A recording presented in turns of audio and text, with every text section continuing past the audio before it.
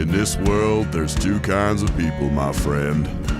Those with loaded guns and those who dig.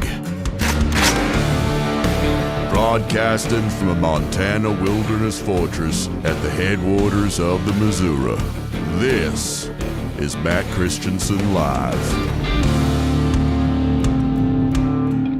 I believe in the sand beneath my toes. The beach gives a feeling and a deep feeling. I believe in the faith that grows, and the bow I goes can make. You've not met Donald Trump, right? No. I feel like he likes you.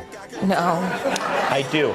Because I think, I don't think he would ever admit it, but I think when somebody's aggressive and funny, they hit his radar. Their new star, Crockett. If that's their new star, they're in serious trouble. I mean, it says a lot when you literally are supposed to be the leader of the free world and you're worried about a rising sophomore in the House.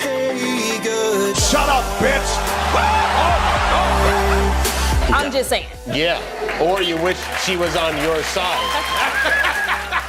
How about new? I do mock trial just my senior year. I become a national All-American. He says, you should go to law school. So I applied, got a full ride. Congratulations, butthead. You wound up running for Congress, and now here we are. He also called you low IQ. I'm sure you're aware of that. Would you be willing to take an IQ test publicly, head-to-head against the President of the United States? Absolutely. I'll allow it. You are fake news. Oh, girl, baby girl. Very fake news. Look at that big ass. Look at that big, juicy booty. That's disgusting. It's not against the law, ho. Fuck you. All right, America, go to the YouTube right now. Skag free, whoever he is. Dude, Matt straight up sucks. In 5, 4, 3. I can't do it. Fuck it, we'll do it live. Hello and welcome to the show. This is Matt Christiansen Live for Sunday, April 27th, 2025. Thank you for tuning in. Sitting shotgun tonight is our friend Batman. Welcome back. Howdy, howdy. Justin Nazaroff from Fenix Ammunition will join in about 30 minutes. We're going to talk about the air quotes suicide of famed Epstein victim Virginia Giuffre, what we're supposed to believe is another suicide, or maybe another Hillary Arkanside. I don't know. I'm sure we'll have some thoughts about that later in the show.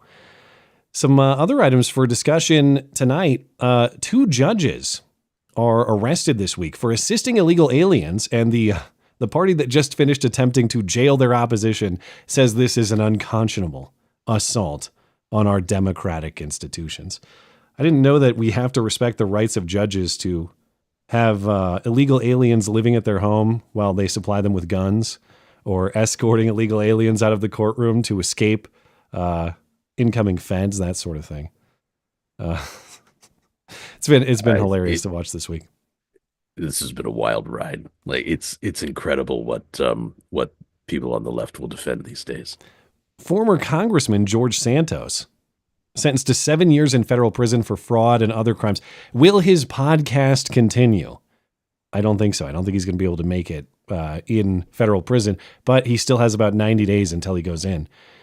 Former Transportation Secretary Pete Buttigieg describes his gay adoption process and getting mixed race babies at a discount. Now, this was one of the most bizarre discussions I've heard in some time, where he's presenting himself in a way that he thinks makes him look like the good guy, because he's saying, oh, no, when we adopted, we weren't race conscious. We were willing to accept any baby. It just so happens we had to pay less because we got mixed race babies because we're so good. Very bizarre conversation. I don't know if you've had a chance to listen to that, but I haven't, but we'll get to that. It's good to know that I'm 50% off. We'll get to that later in the show. Plus, of course, I have Hoax hate to close. We'll catch up with your super chats as well. Speaking of, hey, if you enjoy the show, please consider supporting the show. You can do that one time or recurring for as little as $1 a month over on my website, mattchristiansenmedia.com/support. Support for the show not only helps me sustain, but it helps me pay the people who make this show possible as well. There are perks available for your support too. And don't forget, there are lots of new graphics in the merch store, t-shirts, mugs, and more. Likewise, merch sales not only help my operation, but they support the designers who made the graphics as well, all of whom are listeners of this stream. MattChristiansenMedia.com/shop. You can find both of those links right there on my homepage, MattChristiansenMedia.com or mattis.gay, if you can't spell my confusing name. And we got to say hello to our featured listener-owned business for the evening, and that's our friends at Hope Innovations. Have you ever wanted to grow your own garden, but you didn't feel like you had the space? With food prices rising and chemicals being added to our food every day, you might consider adding a hydroponic garden system to your home. Grow clean and fresh produce all year round with the Eden Tower from Hope Innovations. When it comes to growing your own food, invest in the best system out there and discover the joy of regularly having freshly harvested salads, homegrown herbs, tomatoes, peppers, and more with your very own hydroponic system. Engineered to be elegant and practical, the Eden Tower stands above the competition with its patented cup system that allows you to drop a seed and go. You do not need a green thumb to easily grow delicious and nutritious food. Business has been so good over at Hope that they're now sold out of the kits until June. But you can still get an order in for delivery in June. It's only 50% down now, 50% due at shipping in June, and you still get that awesome $200 listener discount. That's right. Listeners of this show get $200 off an Eden Tower hydroponics kit from Hope Innovations through a listener-exclusive link available only on my website. Head on over to mattchristiansenmedia.com/deals. Find the Hope Innovations section and click the link for $200 off an Eden Tower hydroponics kit. Get started growing your own food easily and simply today or in June when they can get the supply back up. But sooner rather than later, find all the information at mattchristiansenmedia.com/deals, deals by listeners for listeners. And hey, there are fresh scents over at Hero Soap Company as well. Overmountain is a confident woodsy blend of cedar, fir, and patchouli. Honey bourbon, or honey plus bourbon, is a strong and smooth, bold and soothing blend with a little vanilla too, as always. 10% off these new soaps or anything else from Hero Soap Company. Bar soap, liquid soap, shampoo, conditioner, cologne, and more. 10% off using promo code MCListener at herosoapcompany.com. 10% off everything from our friends at Hero Soap. Promo code MCListener. Well, Batman, we got another one. Okay. Of course, regular listeners of my stream are familiar with the chronicling of hilarious names that sound like slurs, such as Eastern Michigan University linebacker Noah Kaniga, or former Navy midshipman and aspiring NFL linebacker Diego Fago, or of course standout Pittsburgh State University Gorillas tight end and fullback Luke Nigaman.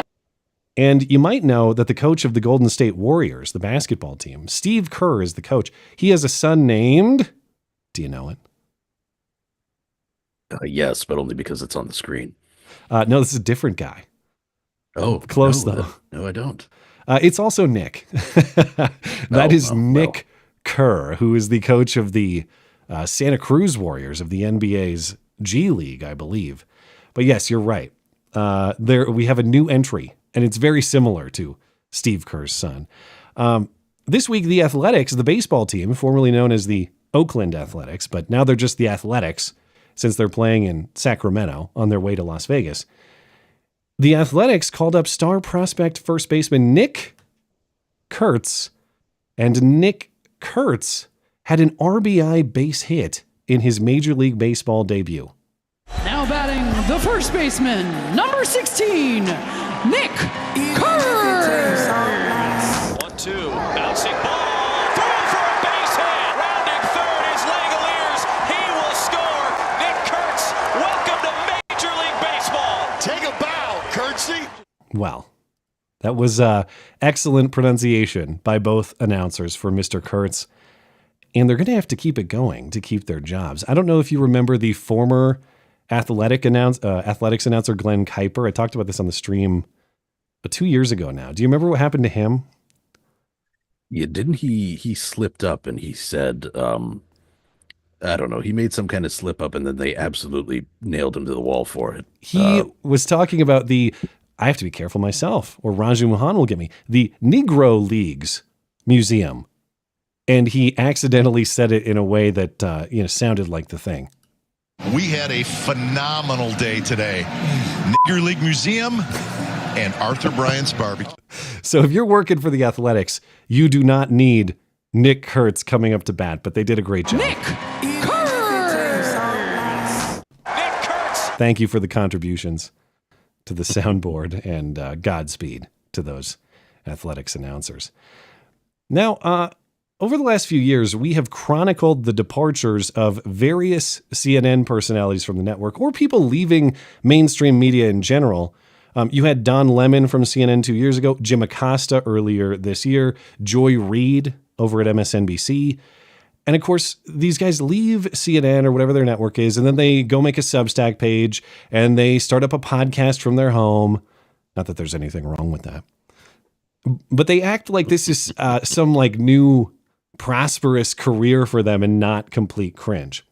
Listen, those of us in the cringe podcast from home business, we have this market cornered. You're not taking it from us, no matter what you do, but they're going to try. This week, Don Lemon. The best part is, of course, looking at their viewership numbers, right? What are they at? I don't even know. Well, I don't know them all right off the top of my head, but I know that Chuck Todd had a podcast a couple weeks back that hit almost 200 people. Congratulations, butthead. That's more than I would have expected.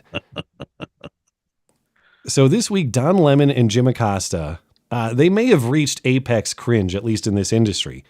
Their chameleon transformation is now complete. Not only did they have each other, I think Jim Acosta hosted Don Lemon. That's cringe enough. But they're going to talk about how everyone hates mainstream media, which I guess they would have a particular insight on if presented in the right way. But everyone hates mainstream media, and that's why their Substacks and their podcasts are so successful. It's because people are hungry for the unfiltered truth, not mainstream media propaganda, and Jim Acosta and Don Lemon are here to satisfy. But I think it's another nail, especially in the confidence that people have in corporate media, the trust that they have in corporate media.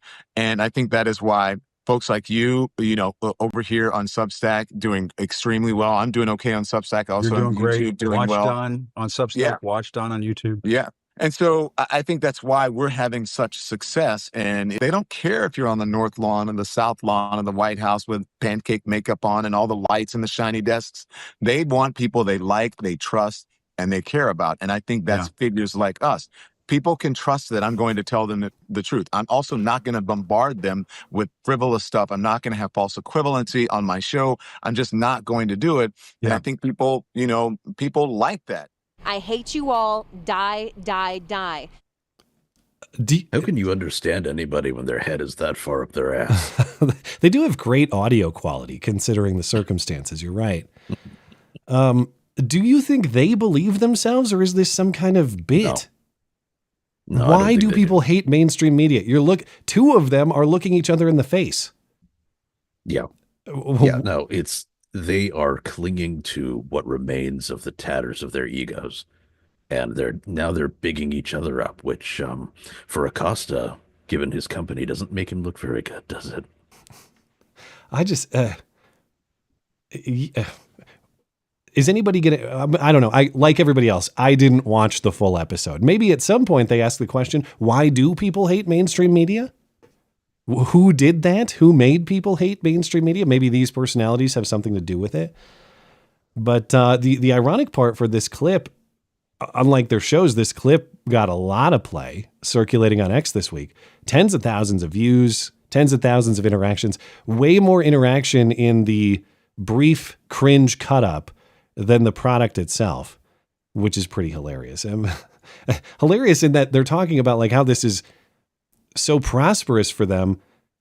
They're not even getting like ad revenue where most of the play is happening, which is people laughing about it on X that's not even hosted by them.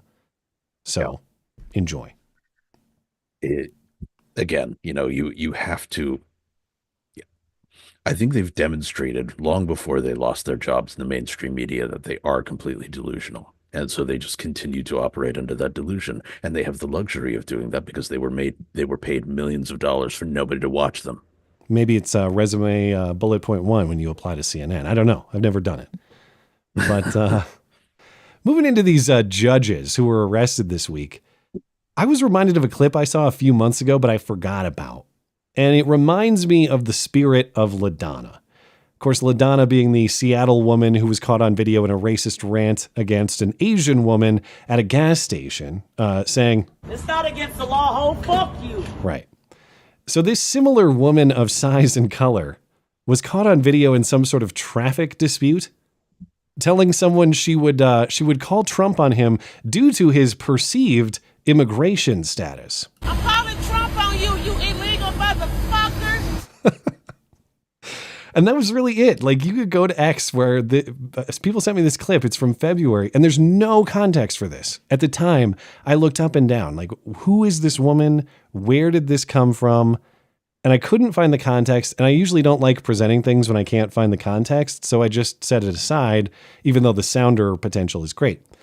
Then this week, an emailer sent it to me again, and I thought, well, that really needs to be in my system, and I forgot to do it the first time. So that's really what happened to these judges this week. This woman finally called Trump. I'm calling Trump on you, you illegal motherfuckers. Or she called Trump on the judge's illegal immigrant friends, something like that. So on Wednesday, I posted a video explaining the situation with Judge Joel Cano. This is in Las Cruces, New Mexico.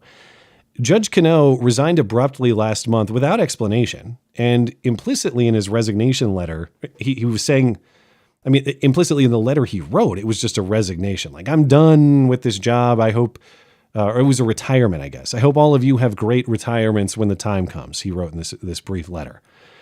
And then it came out in court filings that Judge Cano and his family were actually housing an illegal immigrant Venezuelan suspected Tren de Aragua member named Christian Ortega Lopez, and several of his illegal immigrant friends, too, living at their house. Now, Christian Ortega Lopez was arrested after tips from the community to the FBI about illegal immigrants in possession of guns. So Ortega Lopez was arrested on the gun possession. If you are an illegal immigrant, you are a prohibited person from gun possession. You can't have them under federal law. And so pursuant to that prosecution, the details came out in these court filings. We learned that Ortega Lopez entered the country illegally in December 2023. He was detained but released due to the trademarked Biden border detention facility overcrowding. He had a notice to appear for deportation proceedings, but that had yet to happen, apparently. And the guns, in this case, were apparently coming from Judge Cano's daughter, April, who didn't live at the house, but lived somewhere nearby in Las Cruces. So here is video of Judge Cano and his wife, Nancy, getting arrested on Thursday. And you're looking at an arrest there as former Doña Ana County Magistrate Judge Joel Cano and his wife Nancy were taken into custody after federal agents raided their Las Cruces home. The two face charges of evidence tampering amid allegations that they harbored Christian Ortega Lopez, an alleged illegal who is also believed to be a member of Venezuela's notorious Tren de Aragua gang. Okay, so that's actually the charge here. It's not harboring the illegal immigrant. It's not even providing the guns yet. Maybe we'll see some more charges. But the charges are tampering with evidence. And so that's the charge for the judge, Joel Cano, his wife conspiring to tamper with evidence. So on arrest, the judge admitted to investigators he did the Hillary to at least one of Ortega Lopez's phones. He smashed it with a hammer, and he discarded the pieces in a city trash dumpster. And he says he did this because he thought the photos and videos on the phone would reflect negatively on his friend Christian Ortega Lopez. He said the phone contained photos of Ortega Lopez holding guns, which those were already out there. He was posting them on social media already. That's where the tip came from, and that's how all of this broke open. So I guess more pictures of Ortega Lopez with guns. We got to smash the phone. We got to hide them. Investigators also discovered video messages between Nancy Cano and Christian Ortega Lopez describing how to delete his Facebook accounts, again, where he was posting pictures of himself with guns that he got from the Canos. On Tuesday, the New Mexico Supreme Court ordered Joel Cano never to hold or run for New Mexico judicial office again. That'll be pretty easy if he's in jail or prison. He and his wife are facing 20 years in prison each. That would be a max sentence. Of course, it's not likely to happen, but possible. The big question with this, too, is what's going on with April Cano? April Cano is the daughter of Joel and Nancy, and according to court documents in the prosecution of this illegal immigrant guy, Christian Ortega Lopez, April's the one who's been giving him the guns. So he's charged for illegally possessing the guns. According to prosecutors, she's the one giving him the guns. Why is she not prosecuted yet? We don't have an answer to that question, but she's some kind of Call of Duty or gun influencer online. She has a fairly sizable social media presence. Maybe those charges are coming. I think LaDonna's sister has her phone ready. I'm calling Trump on you, you illegal motherfucker. What do you make of Judge Cano's situation? Well, my real question is this. He's accused of tampering with evidence. Now, if the evidence is for a case that involves somebody who's a Tren de Aragua member, does that constitute treason for providing aid and comfort to the enemy? That's a very interesting question. Yeah, because Tren de Aragua is a designated foreign terrorist organization. Right, and so this person would essentially be a foreign combatant that he's housing on his property, against the will of the United States. So, if that goes down, does he get prescribed a short drop and a sudden stop? When's the last time we had a good treason prosecution in this country? I'm asking rhetorically, but actually seriously. I don't know. Has it been done? It's the only constitutionally defined crime. As you said, providing aid, whatever the constitutional language is, I can't remember, but it's something to that effect. Comfort to the enemy. To the enemy, right. I think there's certainly a credible case that it happened here. When's the last time we had a good treason prosecution? Well, I think for the most part, the people who run the DOJ don't tend to slap those charges onto members of their own, members of the political class, as it were. And I think it's probably because so many of them are guilty of it in one way or another. But this just takes it to a whole new level. He was in his house. Like, he was probably eating his food. They had a guest house. He was probably, like, dating his daughter or some crap. Like, that's the weird thing. I don't know if you saw what I posted earlier this week, but the circumstances of how they found Christian Ortega Lopez, very questionable, I think. He got into their family through the wife. The wife hired him to install glass, and he did such a great job with this glass installation that she called him to do all sorts of handyman work at the house. And the handyman work for the wife was so impressive that they thought, you got to meet our daughter too. Is handyman, is that like some sort of some other word for like wet work or something? They were giving that man a handy, actually, is what was happening. Yeah. All right, that was. What is it in Spanish? A mano? I don't know. I have no idea. I don't know. All right. We also have Judge Dugan. Judge Dugan in Wisconsin. So LaDonna's sister also called Trump about Judge Hannah Dugan. This is Milwaukee. On Friday, Judge Dugan in her court was holding a hearing for Eduardo Flores Ruiz, an illegal immigrant from Mexico who was in court on domestic violence charges, 3 counts of battery and domestic abuse. Beating up the people he lived with is the accusation. He was actually previously deported. He re-entered at an unknown time, and he continues to commit acts of violence, at least according to prosecutors in Milwaukee. Now, because arresting a target for ICE, Federal Immigration Enforcement, because that arrest is safer in a court setting, it's secure, and in theory, you have the assistance of local law enforcement, though of course not always. But in theory, it's one of the safest places to make one of these arrests. ICE and DHS agents, they often opt to make these courthouse arrests of people they're looking for from an immigration enforcement standpoint, They look to make those arrests when the suspect is in court for some other reason beyond the immigration issue, because it's one of the safest ways to do this. So federal agents show up at this courthouse in Milwaukee, and they plan to make the arrest of this guy, Eduardo Flores Ruiz. But according to Pam Bondi, describing what happened, the judge, Hannah Dugan, misdirected these ICE agents, or these federal immigration agents, and then assisted the illegal immigrant to escape. But he was later arrested outside. So here's Bondi explaining what happened. So the ICE team was there, DEA, FBI, ICE team.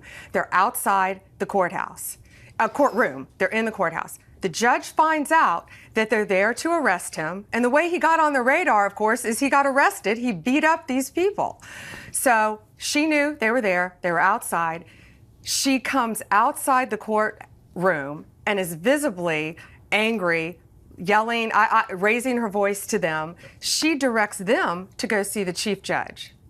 So while they do that, she goes back in the courtroom, gets back on the bench while a prosecutor is sitting there with 2 victims of domestic violence, and tells the defense attorney and the defendant, Ruiz, to come in the back with her. She takes them in the back in a private area through her chambers, lets them back out and leave. One of the DEA agents, I believe, sees them exiting and doesn't know what's going on. So she continues with her docket, finishes her docket. 2 victims sit in court all morning long, waiting. At the end, the prosecutor said, "What happened? Why didn't the case get called?" She removed it from the docket. So Judge Dugan is now charged with obstruction and concealing an individual to avoid arrest. She faces a maximum of 6 years in prison if convicted on both of those charges. She was released without bail. Her first court hearing is scheduled for May 15th. And many are shocked, as there were absolutely no signs of such behavior from a woman who was otherwise an upstanding judge. Masked Lincoln statue to go along with her matching mask in her court chambers. Now, unclear if she gave that mask from the Lincoln bust to the illegal immigrant to help him conceal his identity as he escaped. But of course, Democrats, in reaction to both of these judges, they've now flipped the "no one is above the law" catchphrase of the last few years. Because now, certainly their preferred judges are above the law. They've joined the club of Hunter Biden, the Biden siblings, Fauci, the January 6th committee. Other than that, though, no one's above the law. And again, Democrats are fresh off arresting and trying to imprison their political opposition on dubious charges. But now they're ready to condemn the same practice as they see it, even though that's not what's going on here. But they're just going to muddle up this issue and act like Trump just had these 2 random judges from specific locales in Wisconsin and New Mexico arrested just because he doesn't like them specifically. And it's not about the actions that they committed. So you see these statements or tweets put out by members of Congress. Minnesota Senator Amy Klobuchar: "This is not normal. The administration's arrest of a sitting judge in Wisconsin is a drastic move that threatens the rule of law. While we don't have all the details, this is a grave step that undermines our system of checks and balances." We do have all the details, at least of the allegation. Actually, we had that immediately. And yes, innocent until proven guilty. This judge will go on trial, or she'll reach some kind of plea deal. But the probable cause for the arrest was known immediately. We don't have all the details. We don't know why. Why do they just have to muddle it? Why? Why do they have to act like this is confusing as to why this person was arrested? Well, it's because they're pro-treason. They are the pro-treason party, I suppose. The talking point, I think, went out. Several other senators made commentary to this effect. Tina Smith: "Understand what this is. If Kash Patel and Donald Trump don't like a judge, they can arrest him." Ed Markey: "The Trump administration has arrested a judge in Milwaukee. This is a red alert moment. We must rise up against it." That sounds treasony, too. I don't know. Whatever. You guys go ahead. Do your own January 6th. That's the second one wouldn't be treason. It would be sedition. Okay. Well, we prosecuted that, too. So if we have to revive some seditious conspiracy charges, the other way around. All right. Well, I don't believe that the punishment for sedition was execution, but treason is you back in the day. You hung for that. You hung publicly. Has the Supreme Court ever issued on whether hanging is still a valid execution method per the Eighth Amendment on cruel and unusual punishment? Well, I mean, it's quick, so why would it? Can you still, when was the last hanging? Can you still do that? I think it was actually if I recall correctly, I could be wrong about this, but I think it was actually as recent as the 1930s.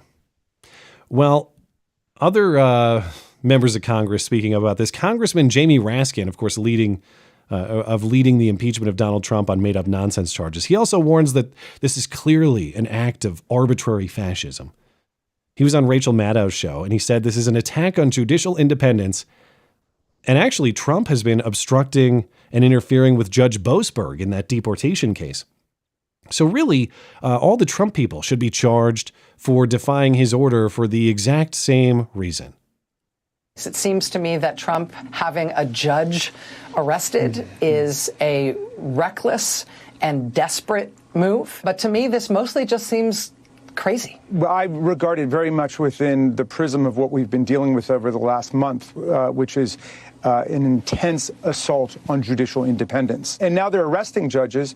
And the first felony criminal charge brought against Judge Hannah Dugan in Wisconsin is interfering with a legal proceeding, which is essentially what they've been doing all along. On the logic of this arrest of Judge Dugan, all of the people in the Trump administration who participated in defying that order by Judge Boasberg themselves could be arrested for interfering with a legal proceeding and perhaps other criminal charges like kidnapping, as you were suggesting before. Look at this fat.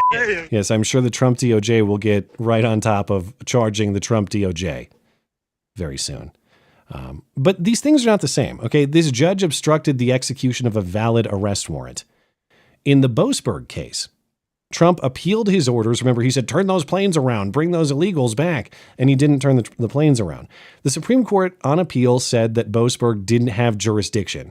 And so in that case, Trump acted within the legal process to defeat Boasberg's nonsense. It's now under the jurisdiction of a different federal judge in Texas. Judge Boasberg is screaming at the sky about bringing unprosecutable contempt charges. So these are not comparable. I heard this morning a counter case on ABC's Sunday show that Trump is actually, he's going to get burned by his own Supreme Court immunity ruling. Remember last year, Trump appealed the Jack Smith case to the Supreme Court under the premise that the conduct that Smith was prosecuting him for, the January 6th stuff, he was immune from that, or though he was not prosecutable for those charges because he was engaging in official presidential acts or constitutional duties. When he did that. Now, the Supreme Court issued an opinion that set out all the technicalities of how official, constitutional, or statutorily defined presidential acts, you can't prosecute for that because that just undoes our entire system of government.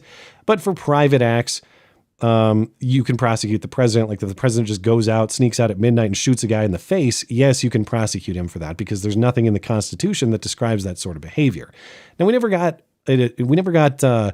court adjudication about whether Trump's January 6th activity was prosecutable or not under that framework because Trump won and Jack Smith just dissolved the case. But what they're saying and what they were saying on ABC this morning is, well, you can't prosecute these judges because likewise, they are immune from prosecution because, hey, they're just engaging in their constitutionally defined powers. What constitutionally defined powers are we talking about here? Where do we read, first of all, these are state court judges. They're not federal court judges, which are defined in the Constitution. But even assuming they were, in Article 3, where do we hear about a judge's power to shield illegal immigrants from deportation or to give illegal immigrants guns, for example? Well, I mean, in Section 3 or 9 3/4 or whatever the hell, it says that if they feel like hiding enemies of the state, they can. Oh, I must have missed that part. Thank you for the clarification. Right. Yes. Mr. Constitutional Scholar. I guess I better go back to law school. Anyways, it was hilarious to hear these people make this case sincerely. Like, no, judges, it's not an official act or a constitutional duty for judges to engage in the sort of behavior that we're seeing prosecuted here.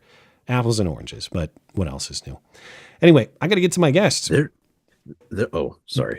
Final thought. I've been hurried, so final thought if you got it. if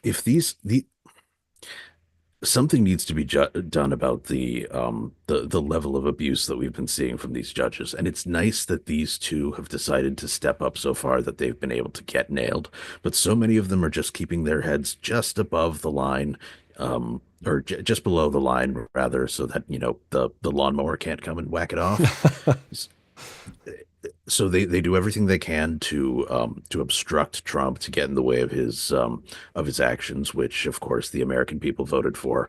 And in so far as all they need to do is stall for years, which they absolutely can do, given the judicial bureaucracy that we see, they're sort of winning in that regard.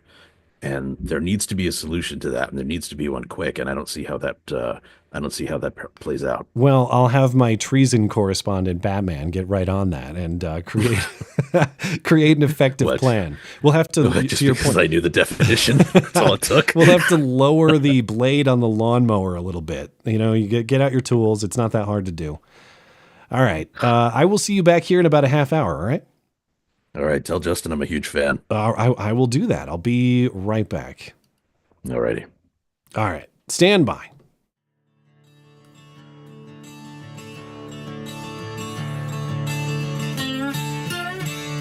Stand back and stand by.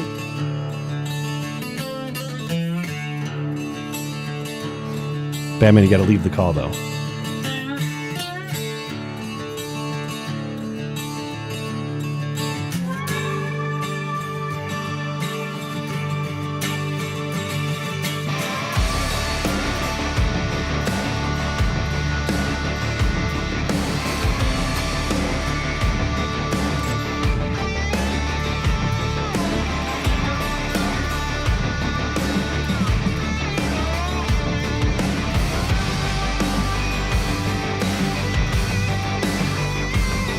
Hello, sir.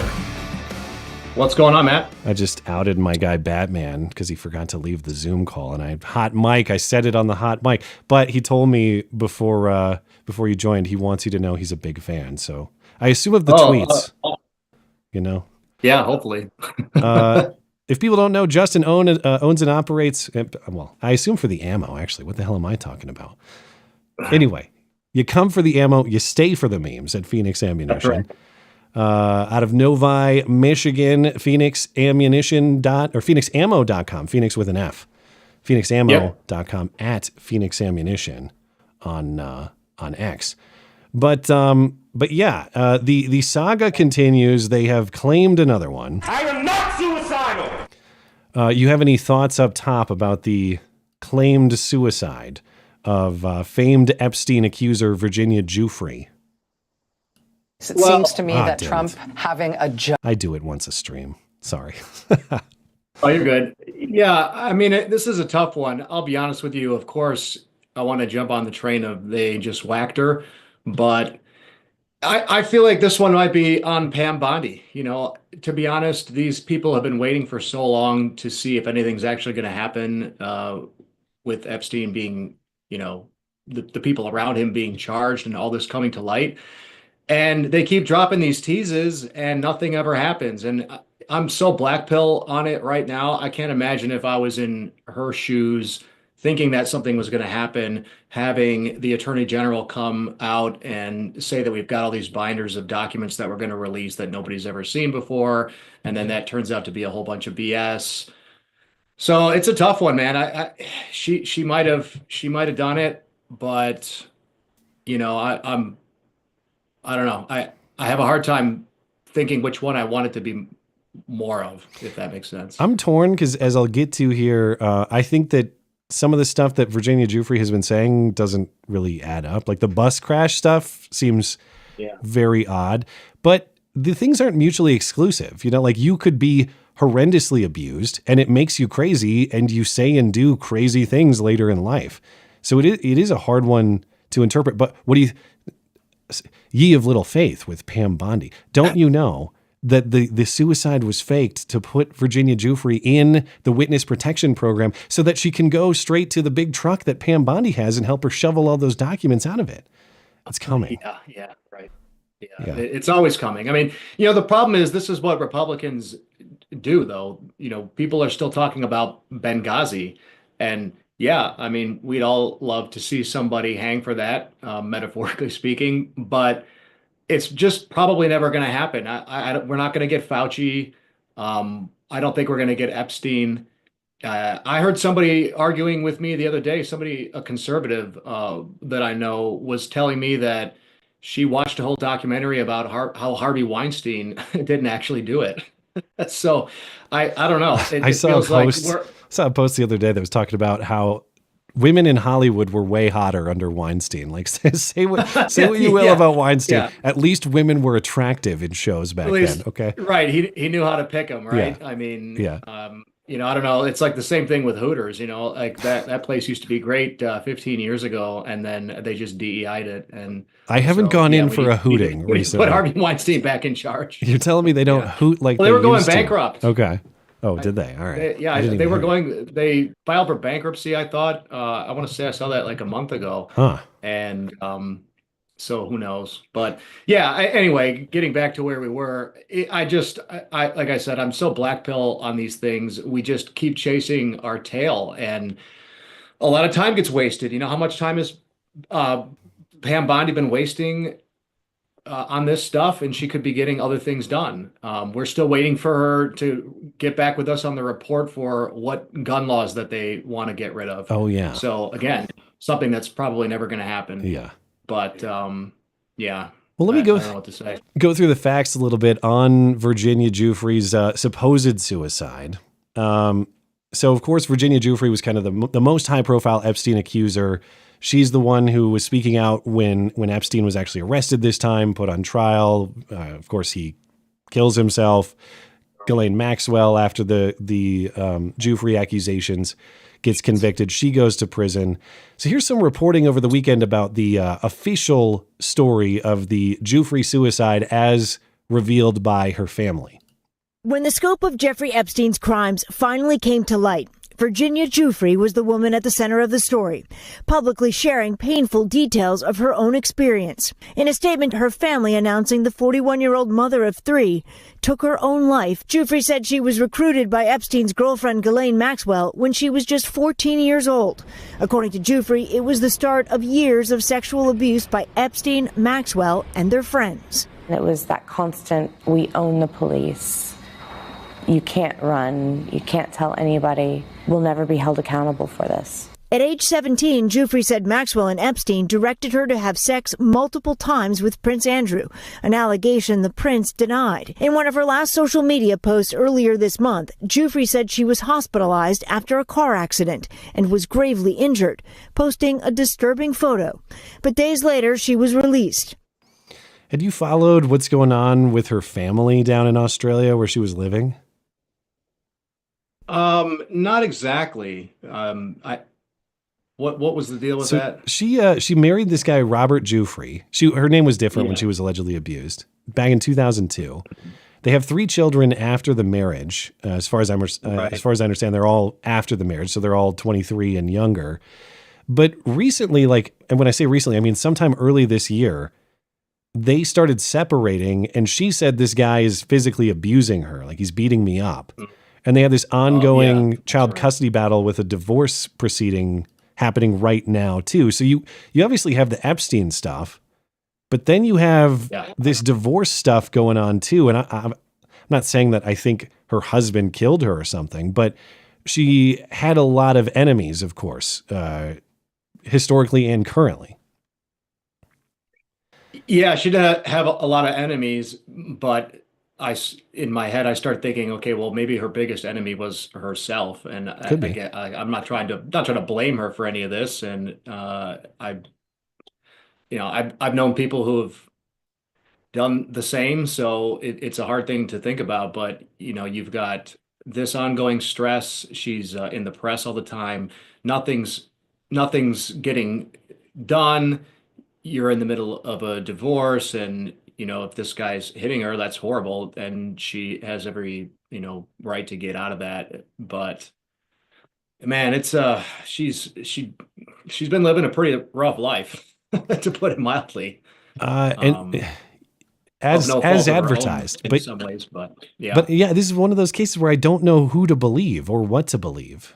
And like we were saying, you can be abused, and that can cause you to be a little kooky. So that's kind of the way I read this. Like just a few weeks ago, she posted that she was hit by a bus, like her car was hit by a school bus, and she had these horrible bruises and cuts, and she had 4 days to live due to renal failure, is what she said. Now, like on its face, that claim is very odd. Like if you have a terminal condition, usually doctors are telling you, hey, your outlook is like 6 months.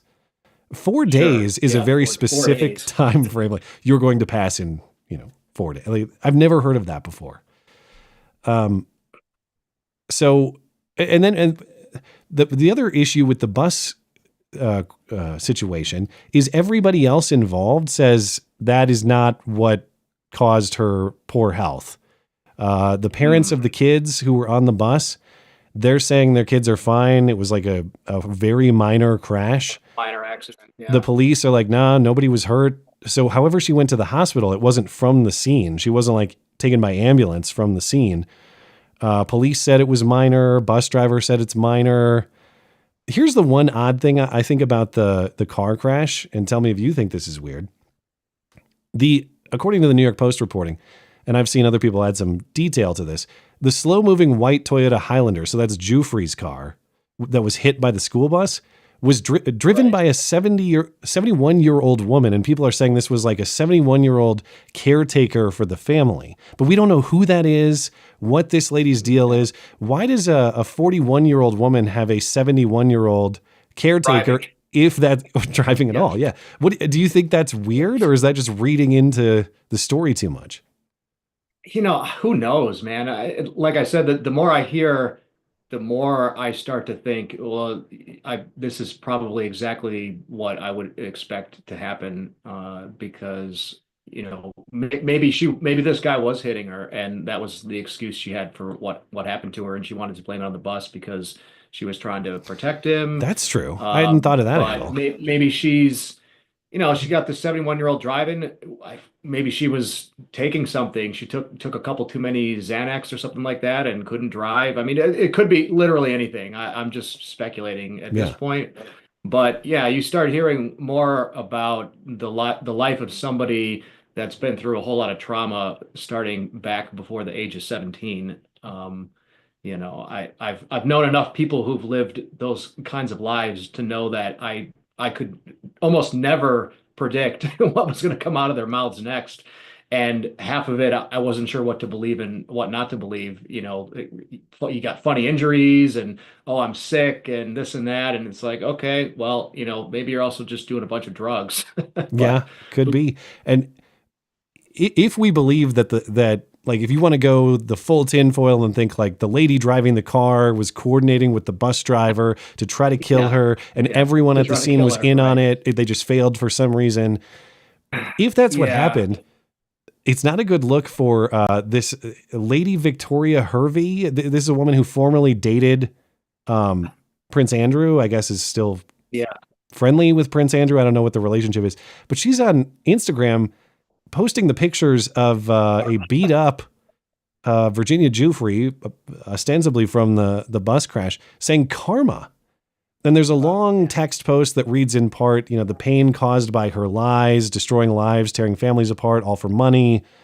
What goes around comes around. People who've caused that much harm might just find the truth closing in on them one day. When it does, it's rarely pretty. I mean, I get it. People have enemies. If it is all false and your guy, Prince Andrew, was falsely accused, you probably do have a lot of very negative feelings about that. But man, like even when your enemy has something terrible happen to them, when you're online, like cheering it on, it is never a good, it's always going to look suspicious. In addition to just being kind of morally scumbaggy, of course, but yeah.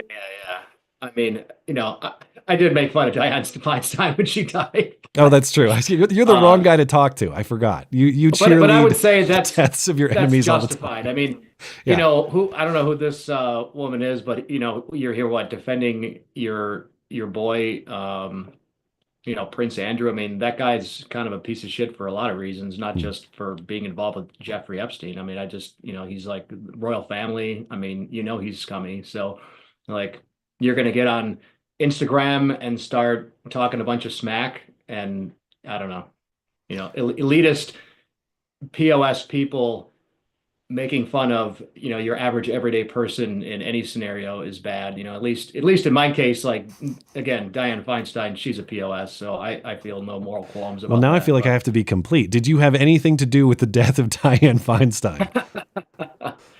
No, the Democrat Party did. They've been, I'm sure they killed her in her sleep 2 years ago, and they've been propping her around.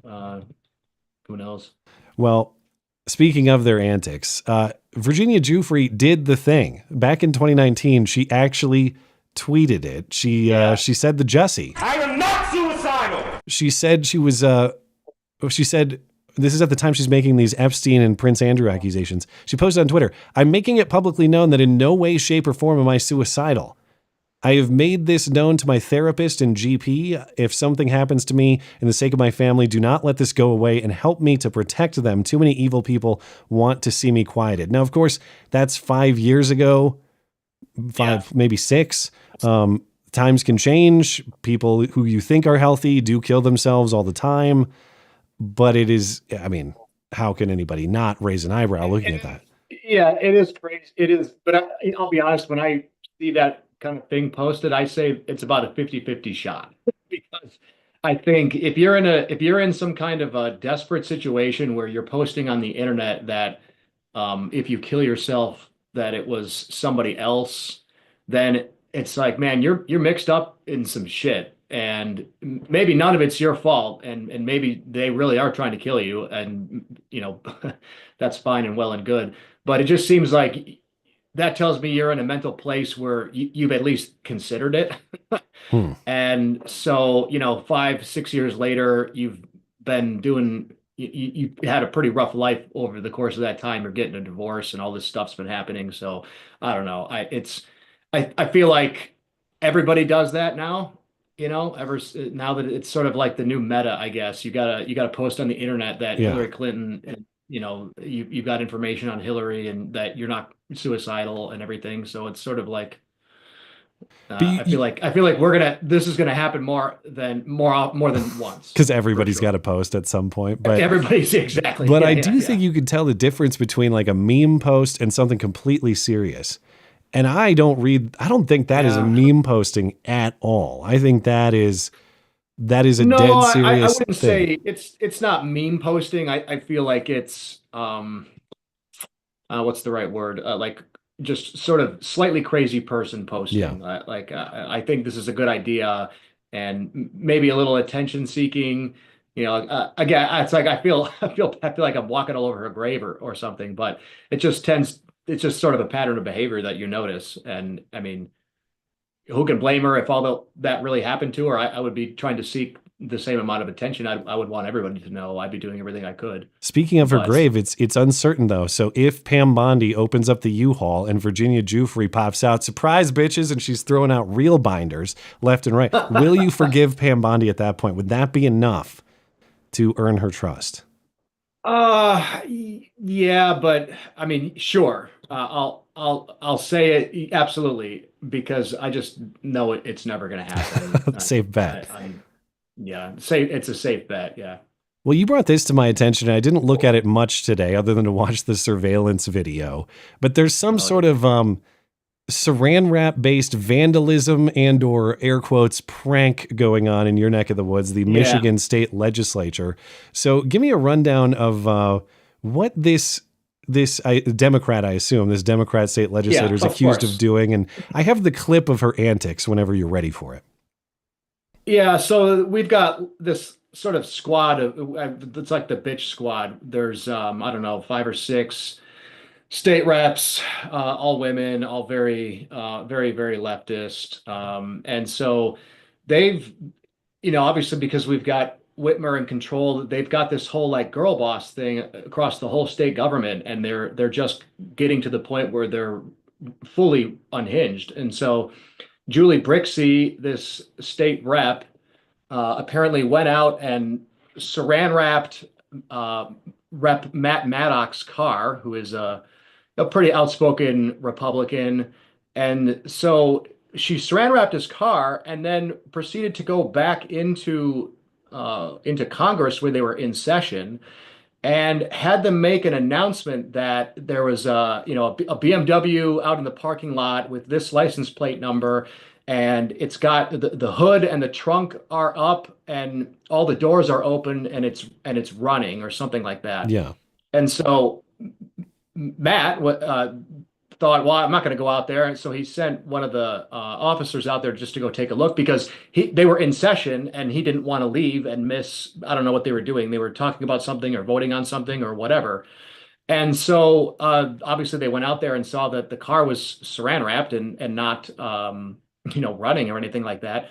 So they looked back on the security cameras, because of course there's cameras in every parking garage ever, but of course the one that's attached to the state Congress hall, and they saw that she saran wrapped it and basically lied about the whole thing. And so as a result, the Republicans have banned her from parking in the attached parking garage, and so now she has to park, I think it's like a quarter mile or so down the street in a different parking garage and walk her ass all the way to work. She's going to roll an ankle in her girl boss heels, I'm sure. Very unfortunate. And the aide that was with her in the surveillance video, she, I guess, rides her bike to work, and they were allowing her to put her bike in the parking garage, and they said she can't do that either. So she has to chain it outside. So here which means it's going to get stolen because it's in Lansing. So here are the fast forwarded antics of this Michigan State rep and her aide.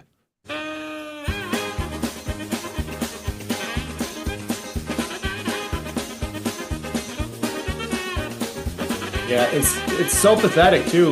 You can't really see it from this angle, but she must have bought like just one, normal sized roll of saran wrap, because she only goes around the car maybe 3-4 times, I think. And she went around it like the long way. So, if you're going to do that, I mean, first of all, you're like 35 years old. You're a fully grown adult. Are you kidding me? I guess I've never seen this. You got to go to Gordon Food Service. You got to get the big, like 3-foot wide commercial rolls. That's how exactly. You do it. I guess I've never seen this prank. I've heard of like throwing eggs at cars and stuff. The goal is what? To make it impossible to open the doors, or what is she actually trying to do? Yeah, basically. But I mean, I carry a pocket knife everywhere, so that comes off in like exactly 2 seconds. But I guess for your average person that doesn't, have anything with them, but I mean, you could even use your key.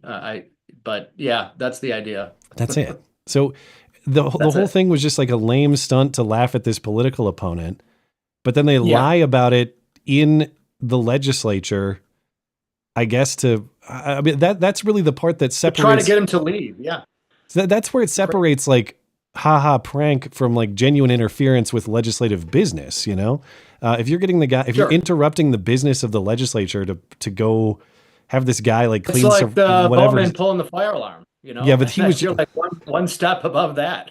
Yeah, but he's just retarded. Okay, that was an actual. He is retarded. That was an actual accident. I'm convinced. He thought. I buy his excuse. You think it was an accident? Oh, I do. Yeah, I actually do. I know I'm maybe in the minority on that, but when he says no, you don't understand. Yeah. I'm retarded.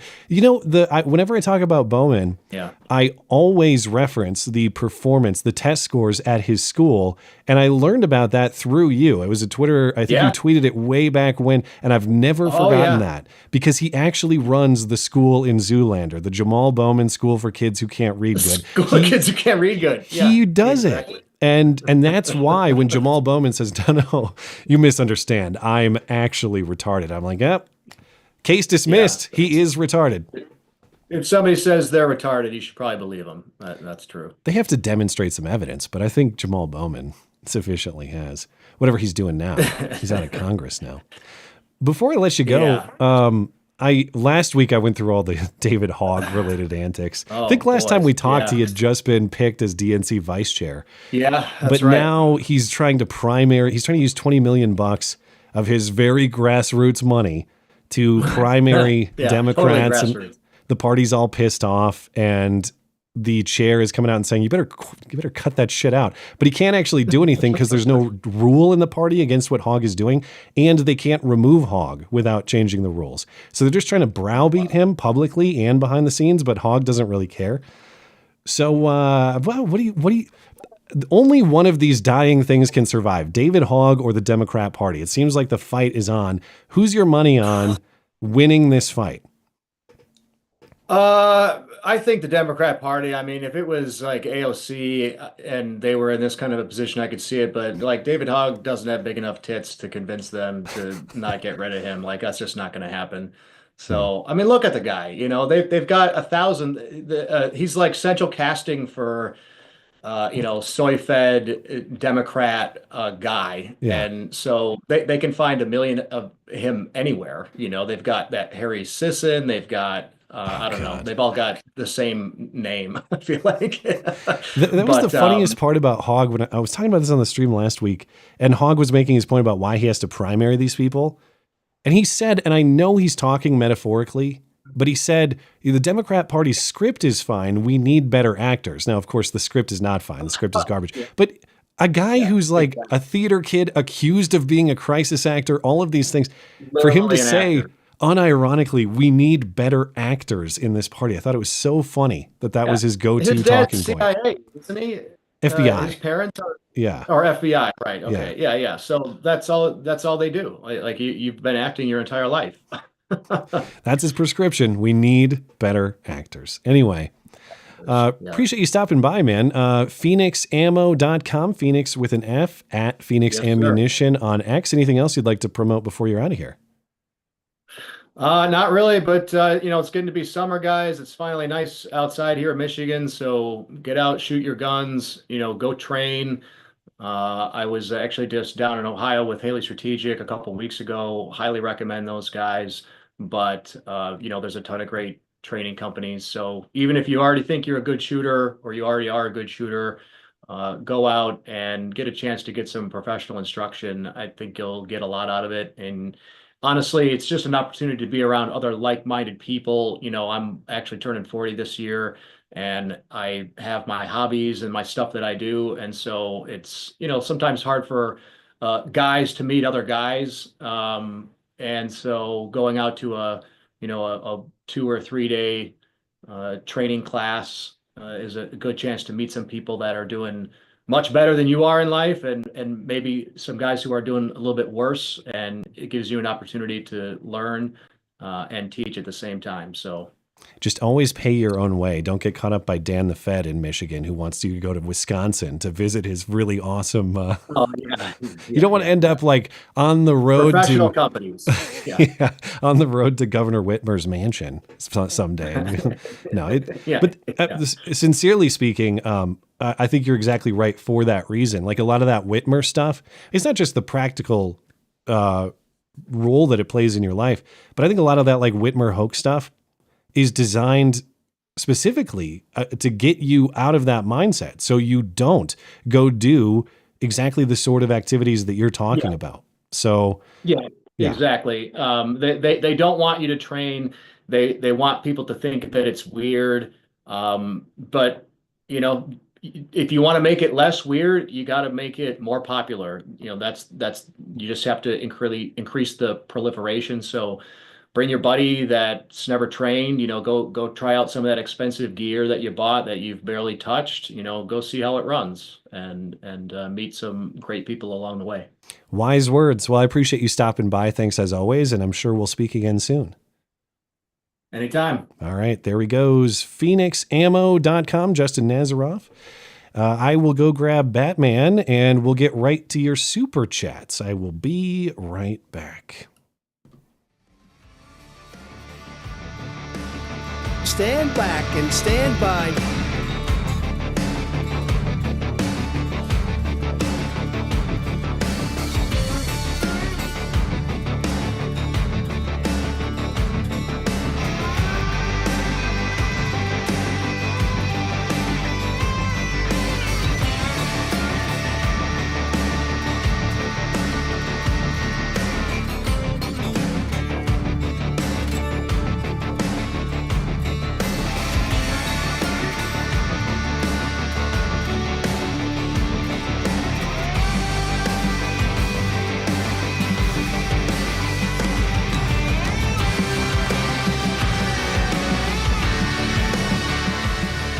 Did you want to offer any thoughts on the supposed suicide of Virginia Giuffre?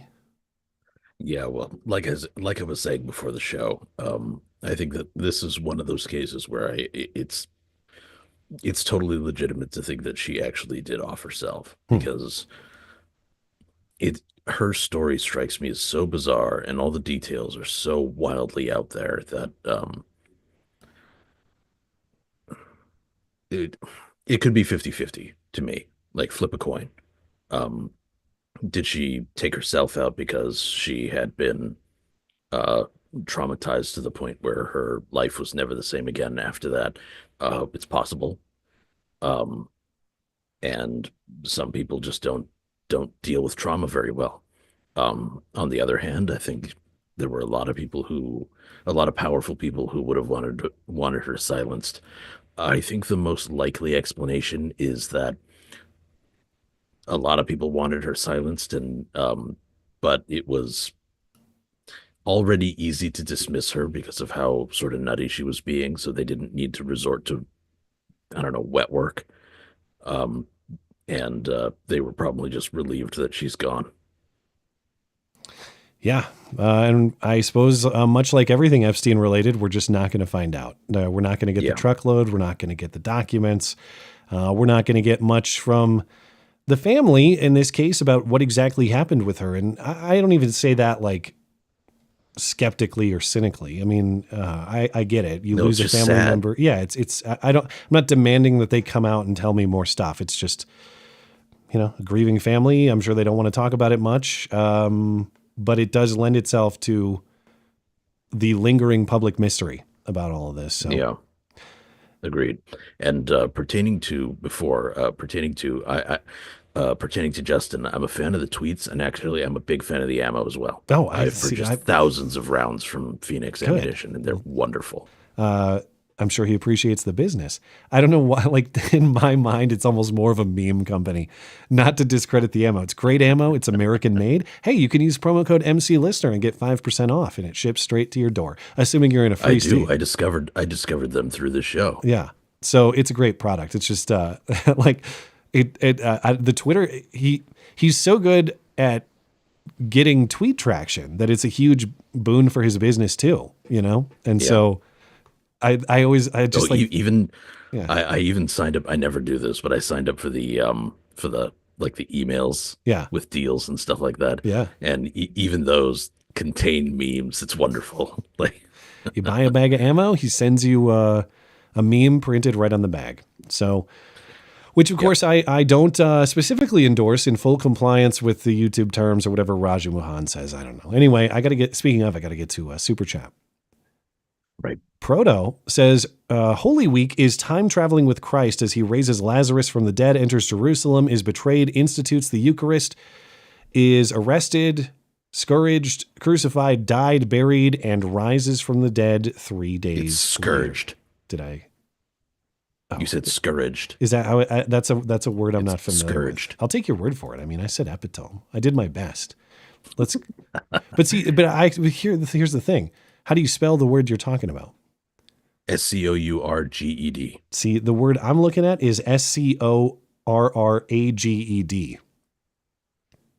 Okay, maybe it's a word I'm not. I'm assuming it means scourged, as in beaten. Because the word I see is not actually a word, so I just read it as typed.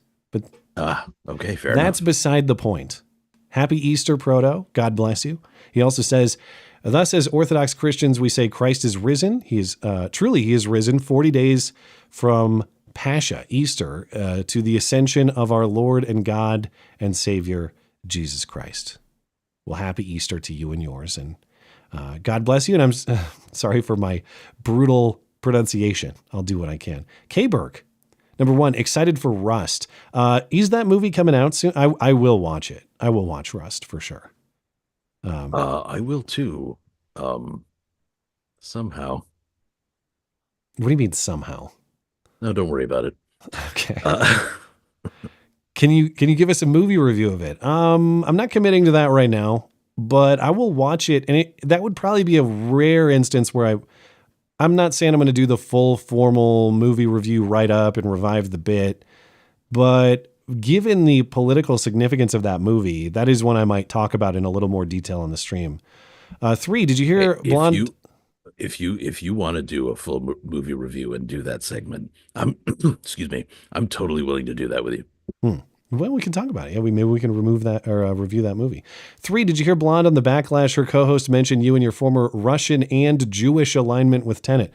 No, I mean, I don't listen to the show. I wish her the best. I'm now it's a Russian conspiracy and a Jewish conspiracy, I guess. But okay. All the best to her. Injured Guardian. I need clarification, please. Does deep cut mean harsh or does it mean from a while back? I don't want to be harsh. I guess the way I use it, when I say deep cut in the context of this show, I don't mean, literally like you have been cut deeply. Deep cuts in the context of like, when I've heard that term in the context of like a band, it means things besides their greatest hits, like tracks of theirs that people don't really know about, but are awesome. So deep cuts from this show. Not how I was interpreting that at all. Oh, what did you think it means? I figured it meant sort of harsh, in depth, or cutting to the bone, that kind of thing. When did I say it tonight? I don't even remember. In what I'm sure you did, but I don't remember either. So yeah, a deep cut is like I don't know, like what would a deep cut of this show? I don't know. I could dig through my soundboard here and like find a deep cut of some kind. But I don't know, like what's something I haven't used for a long time that's less obvious. Like He shouldn't die. Like that guy at the January 6th committee thing or the January 6th speech that I went to. He shouldn't die. He's kind of a deep cut because I don't bring him up very much. Like you have to really. So it's like an obscure reference or like Michael. Okay. Michael Jackson has his hits. And actually, I don't know enough about Michael Jackson songs to give you an example of a deep cut. But think of something that like no. Okay. Michael Jackson, name 10 songs that he made. None of those would be deep cuts, like the things that people think of immediately. Deep cut would be a great song he made that nobody really thinks about or listens to. Like a reference that only someone who's listened to pretty much everything that person has made would know. That's a deep cut. Injured Guardian, take a bow, Kurtzy. That had to be a planned pun, 100%, but I'll allow it, for Nick Kurtz, of course. Nick Kurtz! Perfect gentleman. Thank you for highlighting the flaws of Mary Moriarty on yesterday's video. I'm a Minneapolis resident who hates her, pure politician with no respect for the people she's supposed to be protecting. F her and her sour clam. Sour clam. I mean, I don't dispute that. It probably is sour. That is outrageous, though. I don't know. Shame because that's a great name, Mary Moriarty. That's a great name. It sounds respectable, but she's not. Yeah. Yeah. If people didn't see, this is the Hennepin County attorney in Minneapolis who decided to defer the charges for the serial Tesla vandal, and he's going to go through a divergence program. And even though he did something like $20,000 worth of damage to these cars, as long as he pays restitution, he pays for their body shop bills, she's not going to bring criminal charges based on ridiculous excuse A, B, and C, and her trying to gaslight you into thinking this is a normal practice. Meanwhile, some chick keyed her friend's car at a White Castle, and she's charging her with a felony, even though it was only one car and the damage was $7,000. So, thank you for the kind words and Godspeed there in Minneapolis. Long Dong John, come on, Matt. The judge is just being a good Democrat, keeping their N-word. I mean, their token beaner. Oops. I mean, their innocent asylum seeker to do jobs that they can't keep a white guy captive to do. I hadn't thought about that angle too. Like my mind immediately goes sexual with this judge's wife and that Christian Ortega Lopez alleged Tren de Aragua guy. But you're right. Maybe it was just a situation where like Judge Cano, maybe he is too old. Getting cucked. I'm saying in a more innocent interpretation that is non-sexual, maybe they did need a bunch of work around the house and they just kind of did a work for trade thing. Like, hey, fix up this and that, and we'll let you live in our guest house. And it really wasn't the sexual thing it seems like it might be. If it were somebody who seemed like they might be a bit more virtuous, then I would agree that there would be a more innocent take.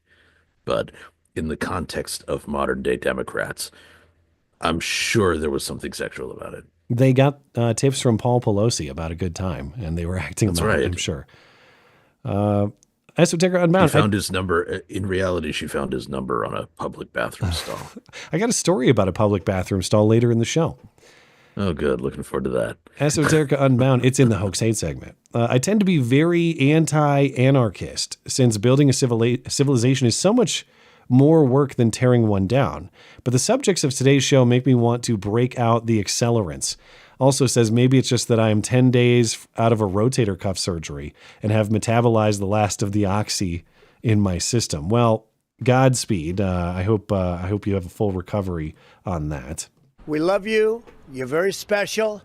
Yeah, good luck with that. That sucks. Government, of course, government, per the founding of our country, it has a legitimate and important role.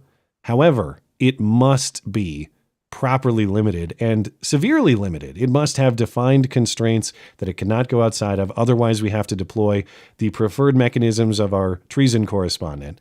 And we have to treat that very seriously, because if you don't limit government seriously, strongly, you are going to have the exact sort of concentrated power that inherently abuses people all the time. So it's probably just the case that, I think that the country has grown so much since the founding of this country. I think the philosophy on which we were founded is pretty solid. You can make some points of criticism. It's not above that, but I think the philosophy itself is solidly founded. Just how big can a country be before the government itself necessarily grows too big and necessarily commits abuses? I think we're kind of beyond that expiration date, I don't necessarily disagree with you. And historically, it seems that many freedom-oriented projects last about 250 years. Well, look at the time. Yeah, I know. It's scary. But they last about 250 years before they devolve into authoritarianism. And that's not to say that authoritarianism is immediately abused and immediately crumbles into despotism and whatever we saw with various overpowered governmental structures over the course of history. But that's the direction that it inevitably goes. And I mean, everybody points to Rome because there's so much of the Roman Republic's structure that we sort of incorporated later on. But I mean, the Roman Empire lasted for a very, very long time, and it was satisfactory, I think, in many of its eras, depending on the emperor. Right? You had your Caligulas and you had your Trajans. It depended on the ruler, and that's sort of both the benefit and the detriment of super centralized systems, is that they work wonderfully when you have a competent, good ruler, good moral ruler, and then they devolve into chaos and destruction when you don't. That's one thing that I've become a lot more clear on getting older. The structure of government does matter, and there are more and less moral structures of government, for sure. However, regardless of the structure of government, largely that government is going to be a moral reflection of the people. And if the people are rotten to the core, it doesn't matter if it's a democratic form of government, if it's a monarchy, if it's a dictatorship, if it's anarchy even. If the people are morally rotten to the core, there is no government that can run that can fix that can handle that.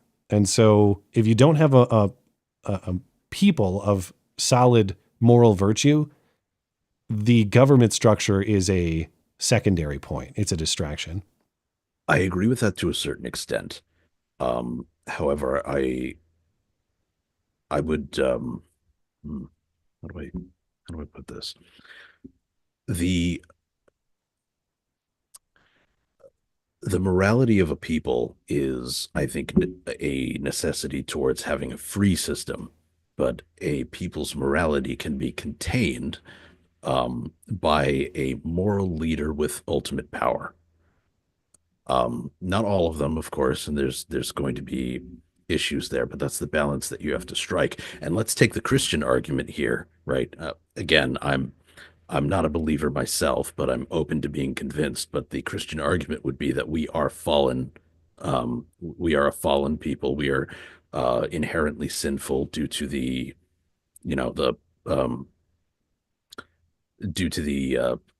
nature of man and the whole Adam and Eve story and stuff like that. And therefore, we do need moral guidance. We do need structure. We do need that created for us by a, I don't want to say a higher power. That's not really where I'm going with. It's where you're going. You're convincing yourself in real time. Just wait.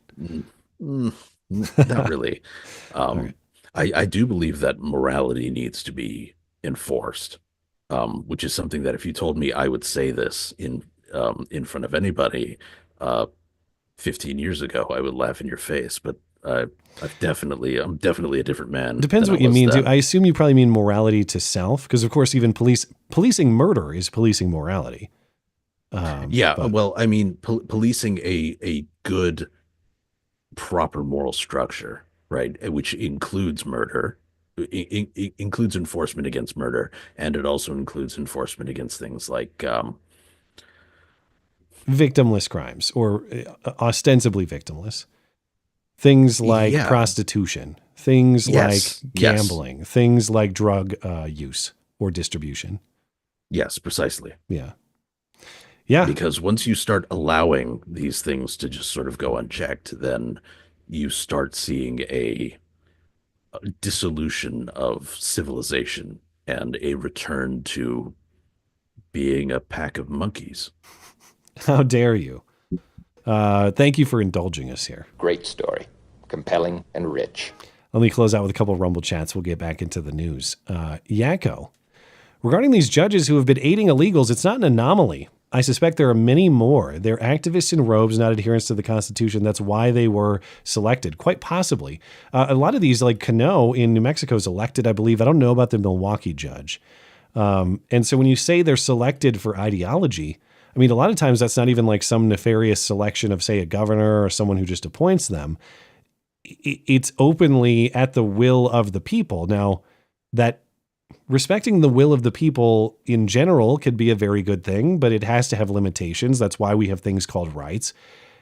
And we can't have law enforcement, and I know that judges aren't law enforcement per se, but the adjudication of law based on public opinion. Like we pass laws indirectly by public opinion. You vote for a guy who votes yes or no on this, but the law as written and as it exists on the books has to mean something. It can't just be like, bring a guy before a crowd on whatever made up charges you want and everybody votes yes or no, kill him or let him go.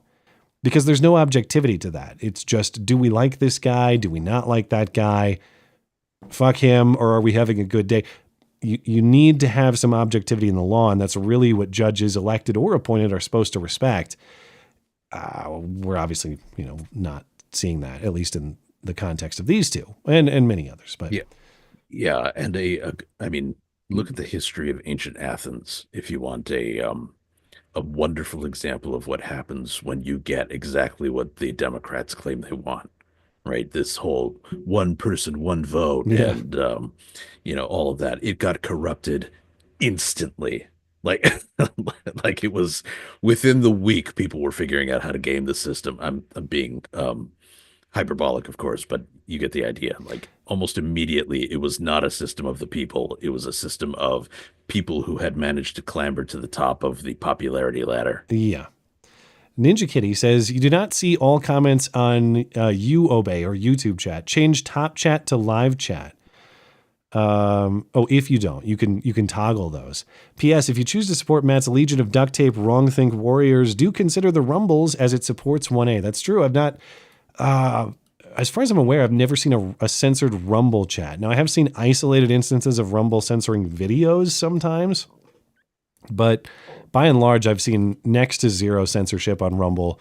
Videos, comments, chats, otherwise. So thank you for that. Over on Odyssey, Blankets says, Matt, what do you think if the U.S. absorbed Alberta, Canada? I heard Alberta is pretty conservative. Seems awesome. Seems like Montana North. I'd probably be into it. What are the chances conservatives win in Canada? I have no idea, but they're Canadian, so probably zero. You're probably going to see Justin Trudeau. Zero, yeah. Also says, I think if we were to annex Alberta, I think Albertans would be really happy. We don't already have a state called Alberta, so they don't even need to change anything. Yeah, and we'd have more decent,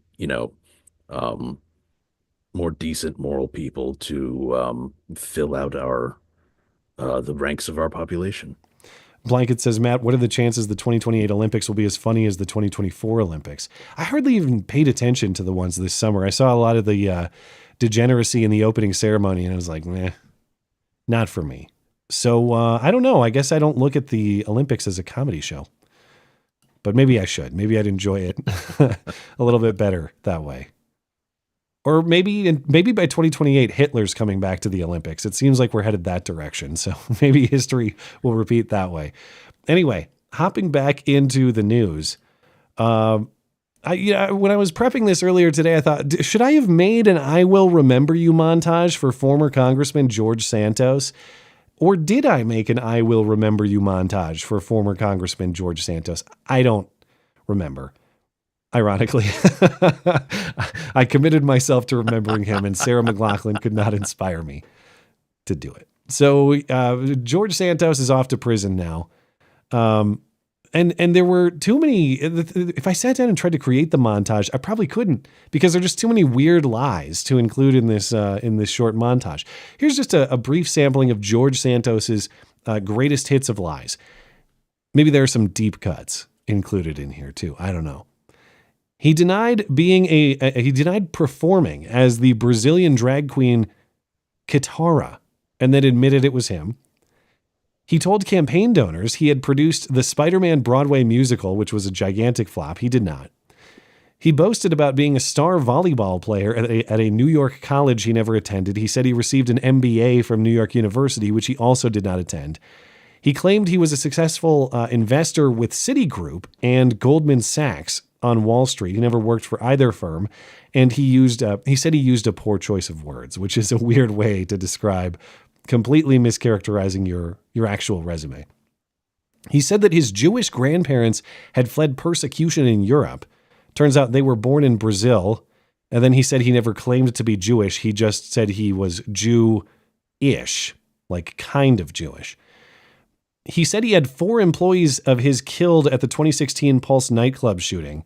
And later it turned out he said he planned to build a business that they would have worked at if they had survived, is what he meant. He also ran a charity for pets called Friends of Pets United, but it was fake. He raised $3,000 for a surgery on a service dog belonging to a disabled Navy veteran. The dog wasn't sick, and Santos just pocketed the money. You suck. I hope Trump deports you. But I'm pretty sure it was a real vet with a real dog. Like, he used a real guy's image. And the guy was all pissed off, if I remember correctly. Understandably so. So George Santos was elected to Congress as a Republican from Long Island. I believe 2022 is when he was elected.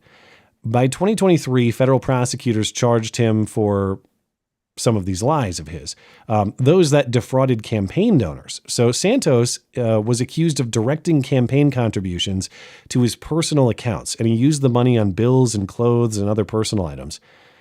He's also accused of stealing the identities and financial information of his donors to make campaign contributions unknowingly. So, like, maybe you actually did give a campaign donation to George Santos. Well, he kept the data and he charged you again, hoping that you wouldn't notice. So he was charged with 23 counts in total: wire fraud, money laundering, identity theft, lying to the FEC, and more. Santos was initially defiant, refusing calls for resignation and vowing to run for re-election. He was going to fight these criminal charges, and then he was expelled from Congress in 2023. And he's only the 6th member in U.S. history to be expelled. So Santos pleaded guilty to the charges in August. On Friday, he was sentenced 7 years in federal prison and 2 more years of supervised release. the Justice Department requested an increased sentence due to his social media posts criticizing the federal government. Last year, he posted about the same time he pleaded guilty. He said on X, "Hi, my name is George Santos, and the DOJ has a hard-on for me since December of 2022. I refuse to let them break me or my spirit, and that makes them big mad. They've used elaborate language to drag and hinder my ability to earn income. Long story short, I will not succumb to their soul-crushing antics that makes them furious. I will, however, remind everyone that they want me to go to prison for 87 months while they let sex traffickers walk freely. They give drug lords slaps on the wrist and, most importantly, refuse to prosecute the cabal of pedophiles running around in every power structure of the world, including the U.S. government." Now, George Santos is a liar and a thief. He's admitted to that at this point. But when you're right, you're right. I mean, kinda. Like, it's not you can't kill a guy and be like, but what about the pedos? But, I mean, what about the pedo? Now, my worry about George Santos, and this is pure speculation for legal reasons, I'm not saying this with any degree of certainty. In fact, I have no evidence to support this accusation. But do you get at least a little bit of like takes one to know one vibes? Like, yeah, I know where all the pedos hang out because I was in the club. You know, Trump did something similar, not to this degree, of course, but when he was basically accused by Hillary Clinton of doing all these things to dodge taxes and all this other stuff, and he went, "Well, yeah, of course I did, and so did you, and so did your donors," right? Except he didn't come out and say, "Well, yeah, I did." He just said, "They're doing it." Yeah. Right. Yeah. So I don't doubt that he has a little bit of knowledge. It's not complete bullshit. But hey, you know who's going to be a hot commodity in federal prison? Look at that big ass. Look at that big juicy booty. I want some butts! Is he going to bring that Brazilian drag kit with him when he gets there? You are doing a good job of putting images in my head I don't want tonight. That's horrible. I didn't even put anything up on the screen. No drag photos. No, but the implication was clear. According to Santos, he's headed to prison about 90 days, so maybe he can dig that drag outfit out of the closet. You can still listen to his podcast, though, Pants on Fire with George Santos. Of course, right after you're done listening to Don Lemon and Jim Acosta podcasts, and this one, of course. But hey, speaking of wanting some butts. I want some butts! Recall former Transportation Secretary Pete Buttigieg, actually. I want some butts! Speaking of images I didn't want in my head. Pete Buttigieg. Pete judges the butts, whatever his name is. Expert. Why the fuck are they sitting on a hospital bed? What the fuck? Yes. Like, I actually see this picture and I feel like my wife is being disrespected. You know what I mean? It does have like that effect. Yeah. Because of course they whoever the mom is, they physically, if this is the hospital bed on which she gave birth, they did physically remove her, or they just took a hospital bed as a prop and put two guys on it, as though any of them committed any act of labor or work to bring these babies into. Now, men support their children, of course. I'm not saying they don't, but I am saying the labor of delivery itself is uniquely female. It's not two guys sitting on a hospital bed, of course. But this is the great paradox of wanting children and loving butts. I want some butts! You know, nature would say you have to pick one, but not Pete Buttigieg and Chasten. They have found a way to fit both of these things together. And, you know, whenever I look at this photo, I'm like, if it's possible to go to hell for one photo, this might be it. Yeah. Even all the world's most grotesquely violent photos, this one's right up there. And I would prefer to watch Mexican cartel violence than look at this for too much longer. Now, what's wrong with this? Well, I'll get into what is objectionable in a moment, but I want to get into the context of the current news. The other reason that this photo will always bother me, and this isn't really their fault, but this photo was posted September 4th, 2021. My oldest son was born September 2nd, 2021, almost the exact same day. And when my son was born, they wouldn't let anybody be in the hospital room without a mask. They wouldn't let my mom and dad go into the hospital room together to meet their first grandson together. There were all these stupid restrictions, and they ruined the birth of our son. I mean, ruined is maybe a strong word, but I'm just saying the moment that you envision with your family, they took that from us on the premise of all this COVID nonsense. I notice in this case, no masks necessary, no COVID bullshit necessary. When we've got gay adoption to celebrate, the masks come off in that era. So anyway, well, they preloaded the new ones with AIDS. So I mean, why bother with the mask? Well, now that Pete is going there anyway. Now that Pete is out of office, he's opening up about the process of adoption of these kids. It's a twin boy and they're twins, boy and girl. This week he was on comedian Andrew Schultz's podcast discussing the difficulties he's confronting with, now it's revealed, raising mixed race children. Because Pete and Chasten, they're such good guys, they didn't know the race of these children when they adopted them. And it turns out, not only did they not know, they were intentionally not taking advantage of the discount that you get for racial minority children. The racial minority children are cheaper. Now, of course, you can't literally buy kids in the sense of like, I'm cutting you a check for that child, but there are all sorts of administrative hurdles. You can't pay mom for the kid, except for in the context of surrogacy, can't you? I thought they do. I forget how it all works. Yeah, well, in order to believe that you're not buying children when you do this kind of thing, you have to disbelieve in the concept that money is fungible. Yeah. So it turns out that if you want a white kid, there are more administrative hoops and costs you have to go through, according to Pete Buttigieg. And he didn't know that when he started this out, but he benefited from all his virtuous colorblindness financially. Somehow this is supposed to be a normal, sensible conversation.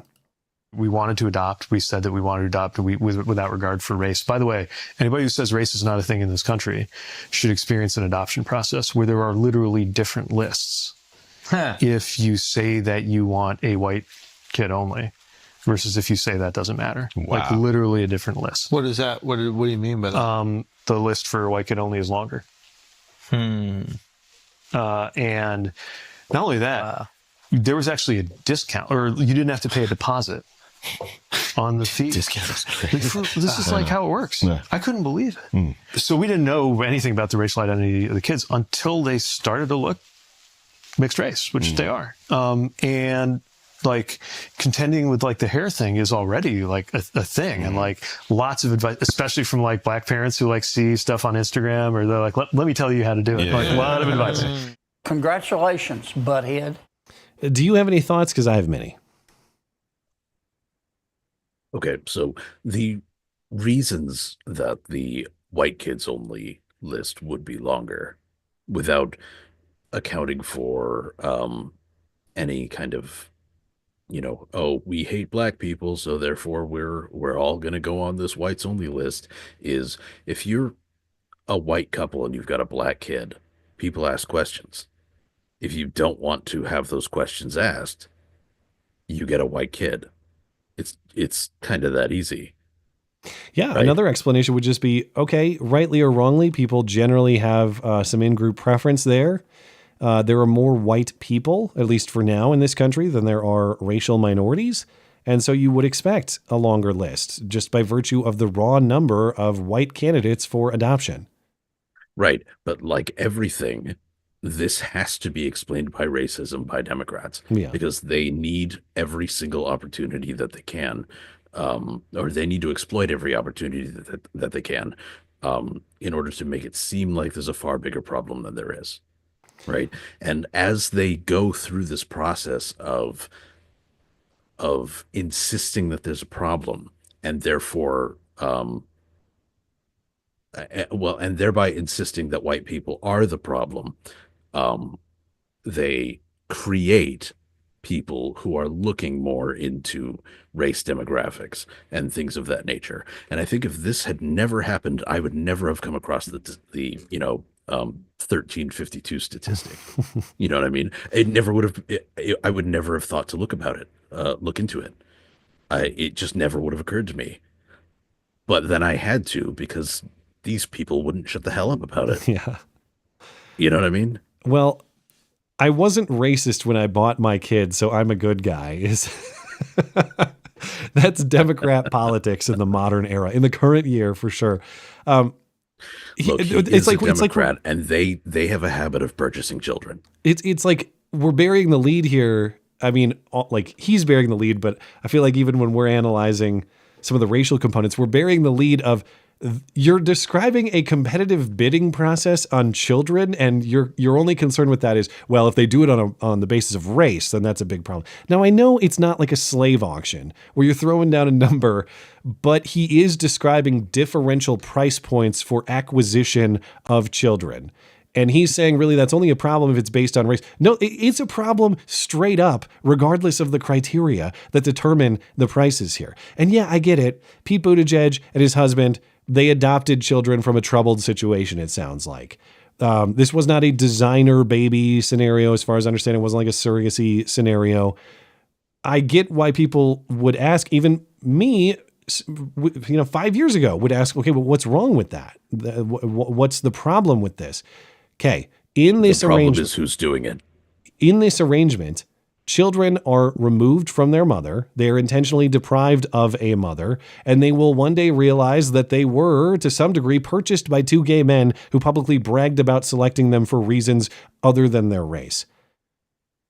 That is still an incredibly confusing, unnatural, and yes, I think immoral way for children to be raised. And the reason I say that it's immoral is because it rejects or denies a child's right to a mother and a father. Well, Pete Buttigieg and his husband didn't do that. The mom was messed up. The dad was messed up. Correct. They have moral culpability here too. I'm not saying this is uniquely the fault of Pete and Chasten, but I am saying their participation in this is morally questionable at best.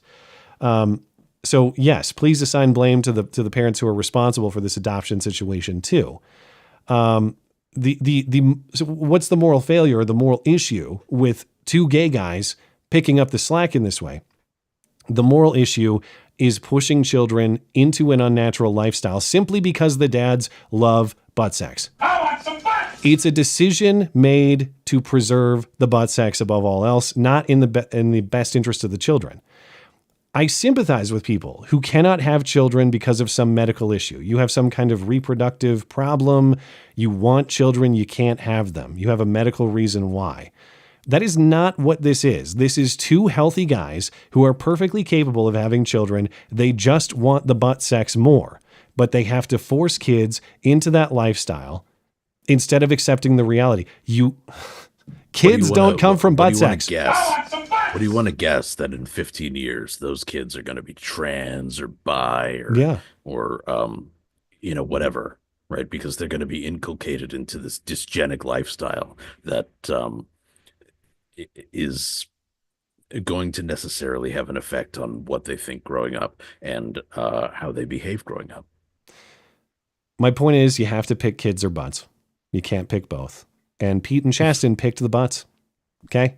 I would presume that you feel the same about Dave Rubin, who has a much more logical take on reality and is much more, I would say, reasonable, but who has also made a similar decision.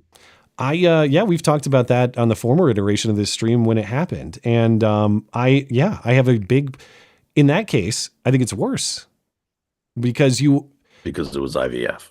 Right. Because, well, you have the surrogacy issue. You have what you're doing in that case is creating life with the intent of removing it from its mother. Now, in the case of Pete and Chasten, I think they are removing a child and depriving a child of the role of mother in those children's lives. However, those children are not conceived with that intent from the start. And that's why I find that particularly objectionable, is you are creating a life intending to remove the role of mother from that life. That is a violation of the rights of that child. That is not in the best interest of that child. That's why I would say that case is worse. But a while ago, I would have thought like this is several degrees away from that insofar as the life existed independent of them. They're coming in to pick up the slack. In that way, I would say this is better. However, we are still removing the role of mother from the lives of these children intentionally and acting like a man is just interchangeable in that way. Just like you can put a man on a hospital bed and it's the same thing. That's not true. And that's why it's a problem. Yep. Agreed. There was some accidental Fox News comedy about this story. Discussing it on Thursday, Fox News host Rachel Campos Duffy meant to call Pete the worst finger wagger. She actually said something else. And you're so sure of it that you start to think it makes it okay to be an asshole. Isn't Pete the worst virtue signaling winger bagger? Left-wing media going after her for the slur. But I think that's perfectly appropriate. He is a wigger fagger, okay? He purchased a black child for street cred, and he is, you know how he feels about butts. I want some butts! He is a wigger fagger. It's a perfectly applicable.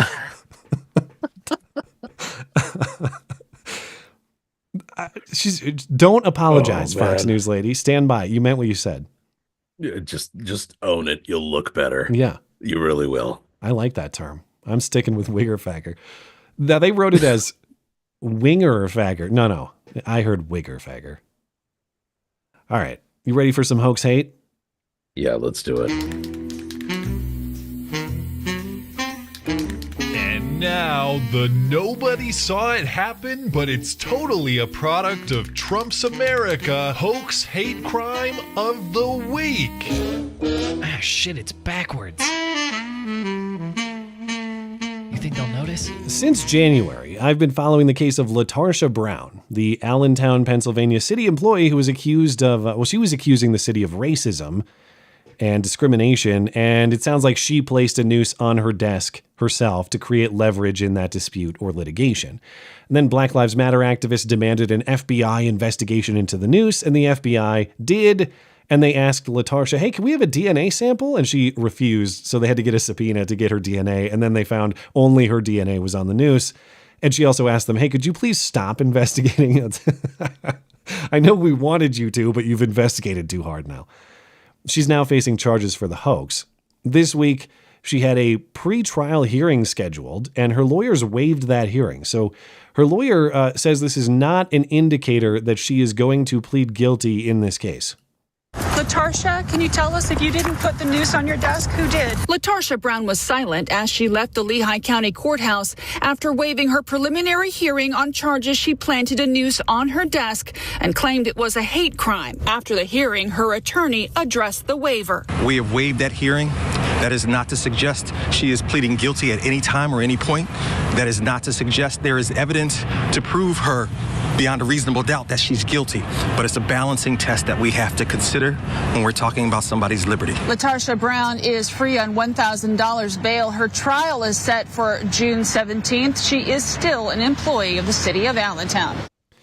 Now, I'm not a lawyer. She's still an employee? Are you kidding me? Yes, that is also a point we should discuss. I am not. I don't do criminal defense. I don't do prosecution. I don't do lawyer anything. I just read about them. I can't imagine a scenario in which you waive a pretrial hearing unless you plan to reach some sort of plea deal, some sort of agreement, because what you're waiving there is your right to dispute at the trial what is going to be entered into evidence, what the rules of the trial are going to be.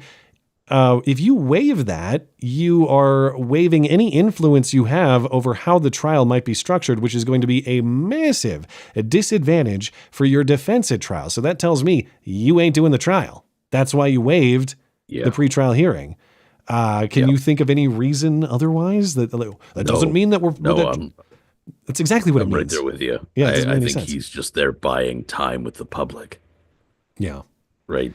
That's all he's trying to do is not make her be immediately crucified in the court of public opinion, which, of course, anybody who's paying attention already has already been like, bitch did it. It's...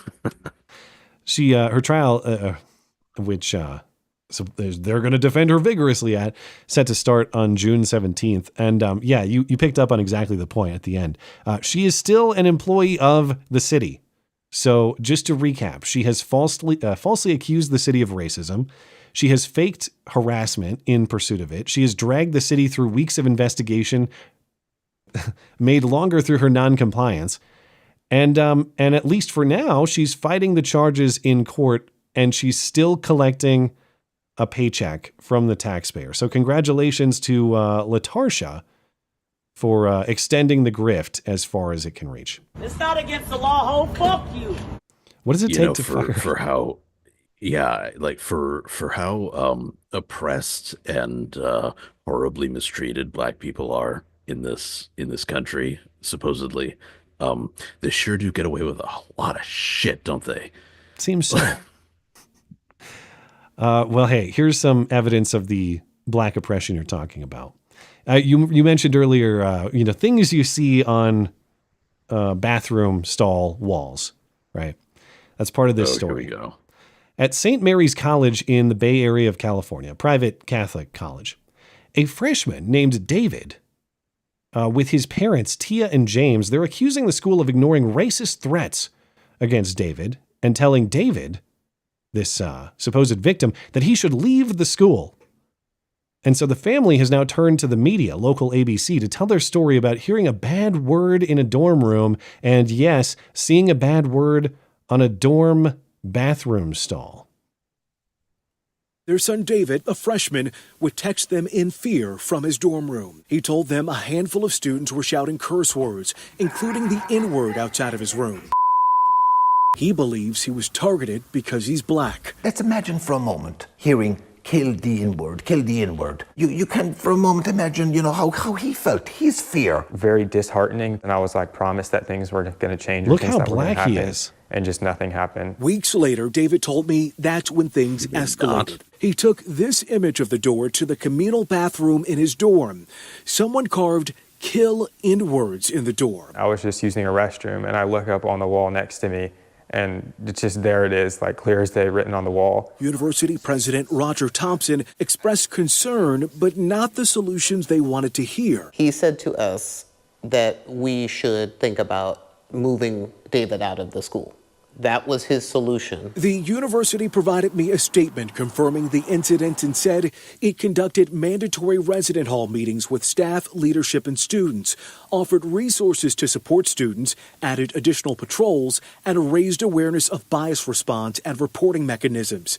I read that full statement to Tia and James. I think that's a beautiful, very lawyerly statement that they have crafted, but I heard nothing in there as far as concrete steps that they were taking. Why does it take us getting in touch with you, Julian? Why did we have to go to ABC News and report these hate crimes on that campus and heard nothing? Heard nothing. What is his accent? Is it like Irish or something? Yeah, it's some kind of Gaelic. It was tough for me to put together from the little bits that he said, but it sounded like some kind of Irish. So the school, this happens. The school lists like half a dozen things they're doing. Oh, we've got patrols going on and we're talking to people about diversity and tolerance. And the response from the parents is, I didn't hear any concrete steps in that. There were like half a dozen concrete steps. Were you not listening? The school has bent over for you clowns. It's still not good enough. So that's probably why they're saying, maybe you should leave. Like, we've really tried everything. Maybe you should just go. Maybe that's why. But even the story as told from their side, there's no evidence that David is being targeted. First of all, David is half Black. And as we observed in the story there, half is on paper only. This guy, nobody's looking at him and saying, hey, darky. This guy is the palest Black dude I have ever seen. Nobody is targeting him for harassment based on his skin tone. 0% chance. Once upon a time, the word mulatto would have been applied, right? Maybe they said that. But he's saying they said, hey, N-word. Secondly, there's no indication that any of this was even directed at David. He heard people in his dorm room talking. Yeah, so does everybody else. It's a dorm room. People talk about all sorts of stuff, oftentimes degenerate stuff in the context of a college campus, often drunkenly so. He thinks these people were saying kill the N-word directed at him. I would say good chance it was two Black guys talking to each other about killing their rival in the hall. Like, man, we ought to kill that. Yeah. And then we have a recording. Gonna get him. We have a recording, and then the recording is just nothing but censor beep. Like, you can't even hear what they're saying. Yeah, like that was supposed to make their point. Oh, I totally believe exactly what they put behind the pay no attention to the man behind the curtain. I guess I have to correct the record slightly. You are fake news. Very fake. It was not a bathroom stall wall or door. I think it was the door to the bathroom is where "kill N-words" was supposedly written. But again, there's no indication that that was directed at David. It's just in a bathroom in his dorm. And whether it's the door to the bathroom or in the stall, tour the many gas stations in this country and read about the many stories you can hear in the walls of a public bathroom. You're going to see and hear a lot. So they're trying to make this like a personal thing. There's no evidence anybody was even talking to him. There's no evidence that what he found written in the bathroom was a personal threat. And to the point, if it's accurately characterized of the school administration, yeah, if you can't feel safe at St. Mary's Catholic School in the very wealthy East Bay of California, sorry, I'm not sure you're going to feel very safe anywhere. Maybe you should leave. Maybe college isn't for you because you're a child, or maybe college is for you for exactly that reason. But I have to shout out. I was going to say, actually, if you're going to go someplace to feel safe in this racist environment, then college is exactly where you're going to want to go. Maybe. But if even that doesn't make you feel safe, I recommend a padded cell. Yeah. They can't even carve the N-word into those. They have that like scratch resistant surface, you know? That's right. Yeah. I have to shout You'll out. be perfectly safe for the rest of your life. Yeah. And you can't even hurt yourself. They have straitjackets for that. Shout out to the weird accent white dad for the soundboard contributions, though. Kill the N-word. Who Kill heard the N-word. nutting. Kill the N-word. Kill the N-word. It reminded me, when I heard him say that, I thought, is this a diss track to Julius Malema in South Africa? Now, Julius Malema, that's the guy who sings Kill the Boer, which of course means, kill the white farmer. Yeah, exactly. Exactly. I got it queued up. Kill the poor, the farmer. Kill the poor, the farmer. Brr, pa, pa. Okay, so I thought, is this a diss track? I kind of want to hear how this might sound. So I grabbed a royalty-free beat from the internet and I tried my skills as a DJ or a mix master. Tell me what you think of the debut of DJ MC, or maybe I'm just MC. Kill the N-word. Kill the N-word. Kill the N-word. Kill the N-word. Kill the N-word. Kill the N-word. Kill the N-word. Kill the N-word. Kill the N-word. Kill the N-word. What do you think? I think that there are more than a few people who would actually listen to that. Yes. I spent probably an hour on that this afternoon, cracking myself up. I can even do it freestyle, Kill the N-word. Kill the N-word. Kill the N-word. We could go as long as you want. We could play all super chat.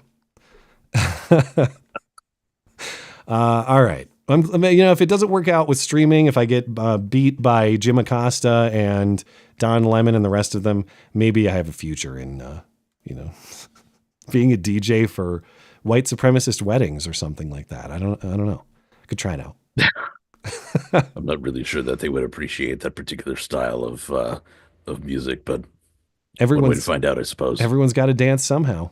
I'm just trying to make my contribution. All right. You mentioned learning about crime stats, and specifically race and crime stats, by people denying their legitimacy effectively. Like you hadn't even heard of this until people told you that it's not true and you shouldn't look it up, right? Is that a fair way to characterize it? Yeah, more or less. Okay. This is a different way to learn them, I'll tell you. And this one I don't think is a hoax. I think this is legit. But in Bangor, Maine, residents reported Easter eggs placed in the park, but they didn't have candy or toys inside. Instead, these Easter eggs had white supremacist propaganda inside. Residents said they discovered paper inside the eggs with, quote, false statistics targeting black people. False ones. Yes, false ones. And a link to an anti-Semitic website. And then I looked up a different news report. They had a video story that actually showed the flyer in question. Again, maybe a hoax, maybe not. This is a real flyer from a real organization, though. A series of racially charged, false statistics aimed at promoting the idea that black people are the root cause of crime in the United States. It was absolutely white supremacist propaganda, trying to instill that wrong information about black Americans to our youth. Speech impediment. What accent was that? Meth? Yes. I'm a cocaine American. It's a cocaine. Okay. I like that term. All right. The Hunter Biden is a proud cocaine American for sure. Their spokesman. The flyer directs you to go to a website for Goyim TV, which has a wide variety of these flyers for public distribution. And if it's legit and not a hoax, yes, of course it's lame to put political propaganda in a children's playground, disguising it in a way that children would find it. I'm not defending that. Okay, don't misunderstand me. But what exactly are these false statistics or this wrong information? Notice they don't show that. And they don't tell you what's wrong about it. Like, oh, this is presented this way. Now, I did actually find what I believe to be a flaw in one of these stats because I went over it. Thought, well, what's the false information? School shooters by race is the first one. 56% black. Now, they don't cite their sources, but the way I believe that could be credible is whenever we hear there's been 50 million school shootings in this country this year alone, how are they getting the 50 million number? It's because they're counting everything possible as a school shooting. A lot of those. Even when it's near a school, not at a school. Correct. And by whom? We might have drive-by glockings of color between rival gangs that count as a school shooting. So fair's fair. If you're saying there are hundreds of school shootings a year and you're counting like gang warfare in the general proximity of a school, you have to count who's doing that. And who's doing that is almost exclusively black people. I don't think those should count as school shootings, personally, in the stats. But if you're counting them, you have to be clear about who's doing them. So that's point one. Well, I mean, are they shooting onto a school? I guess I would need to, unfortunately, I would need to learn more details about each case. And I don't have that kind of time. But if they're shooting at students who are, say, leaving a school, I think that counts. Wouldn't you? Like even if it's gang related. Yeah, but that's the thing is like, is it shooting at someone coming in or out of the school? Or is it just like guy got out of school and his after school activity is gang warfare? So he did it like a block or two over. You know, he's in the gang club on the South Side. Yeah, I don't know. I would need more details about this, but here's the trouble, of course. You only hear about the school shootings, or I should put this differently. You only hear, if you subscribe to a certain political viewpoint, you only hear about the school shootings that fit that political That's viewpoint. The way they do it, So is if they you're- blow up the stats without telling you the details of those stats and then highlight the ones they consider beneficial. Right, exactly. So you get a school shooting done by a black dude with a revolver, and it never gets reported on leftist news, right? Because they can't blame the gun, they can't blame the guy. So just don't talk about it. Has that one ever actually happened, or are you just talking hypothetically? Yes. I've never. This that's was a like real 3 years one? ago. A black guy used a revolver. Wow. Average black IQ is 75. Average white IQ is 101. I'm pretty sure that tracks, but it's just people blame racism for the difference. I'm not. The news station calling that false provided no information to the contrary. The only thing I've heard is, difference in treatment at schools by race explains the difference, or the tests themselves are racist. Usually I've heard people grant the premise, they just explain away why average IQs are what they are. Well, and generally the argument that I've heard to this end is that they blame education for the lack of IQ, which is interesting because education doesn't affect IQ. That's not how IQ works. I guess IQ I don't know works how by- it's. I've not taken a test as far as I'm aware, so I don't know what is actually tested. How are they evaluating your intelligence? problem solving, pattern recognition, and things of that nature. So it's not like I who's have the taken a fourth test a president of the couple United times. States type stuff.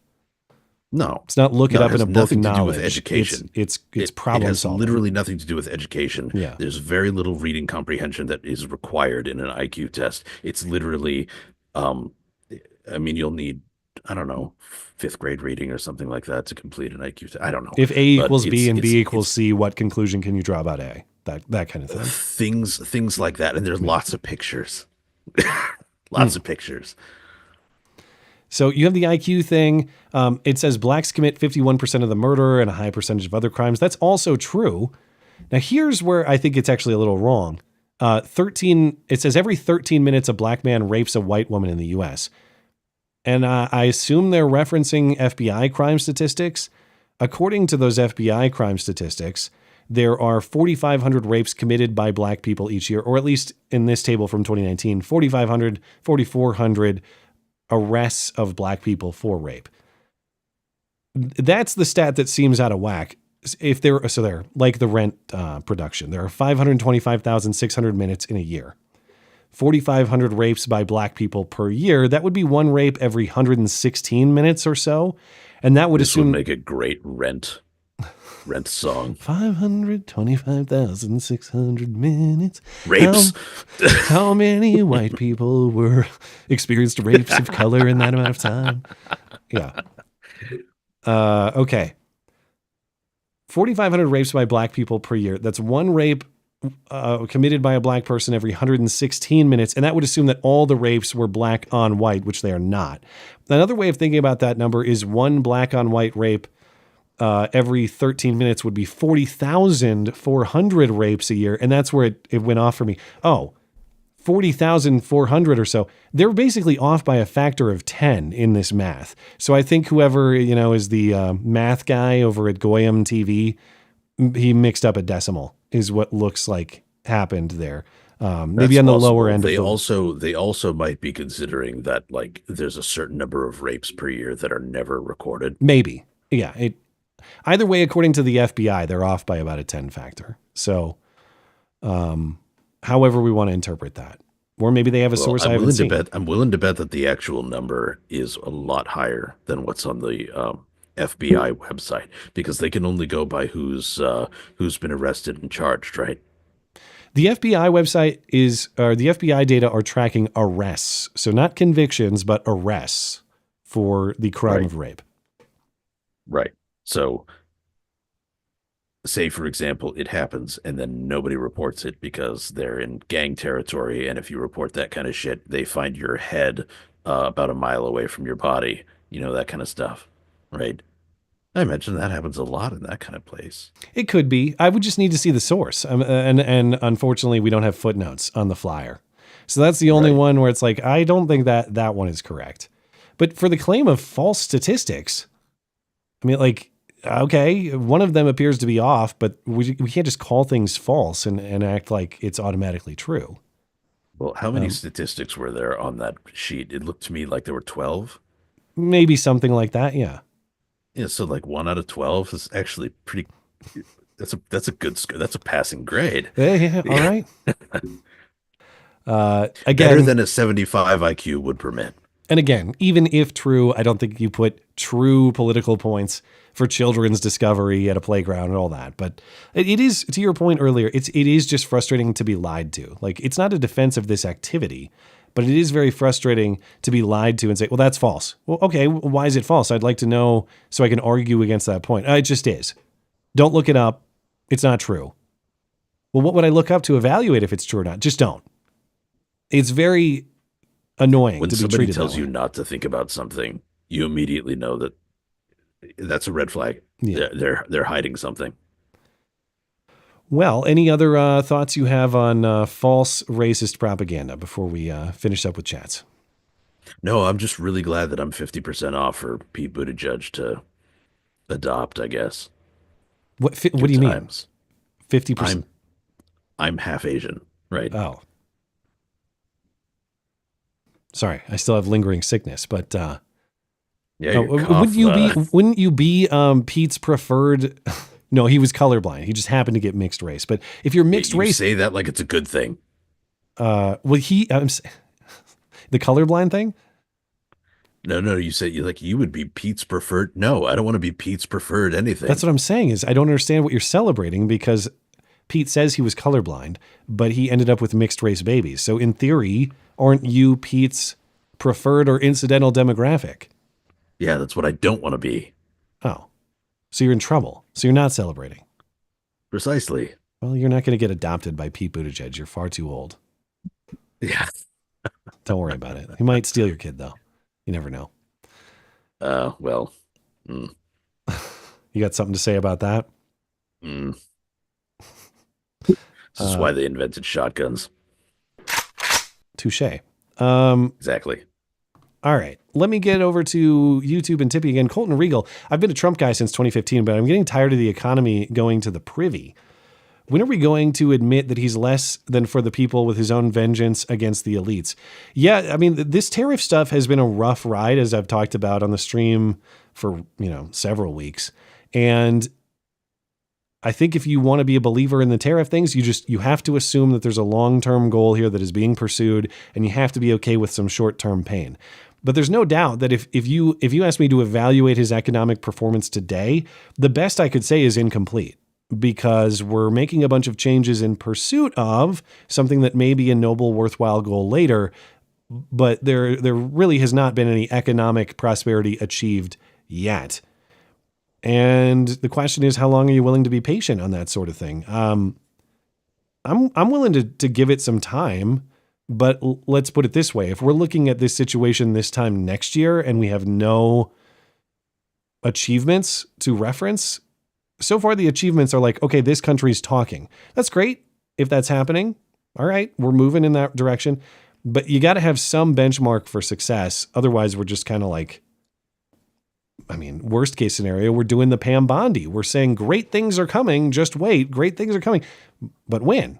And if we don't get clarity on that, it's not only going to be a problem for everybody's personal wallet, which is what matters most. It's going to be a problem for Donald Trump and the Republican Party if they don't get that fixed. I don't know. What, do you think that they're onto something, or do you think that they're making a mistake? I'm going to disagree with you pretty heavily here. Okay. I think that I agree with the way that, much of the way that Trump is sort of handling this stuff. And yes, there will be some short-term pain, but we were already in such a deep hole. We already had the stab wound and it was infected. So we need to take the medicine and we need to stitch it up. And that sucks. But in order to do that, we need to stop being taken advantage of by basically every other country on the planet who calls herself an ally, some of which who call themselves our enemies and still manage to take advantage of us, China being the prime example.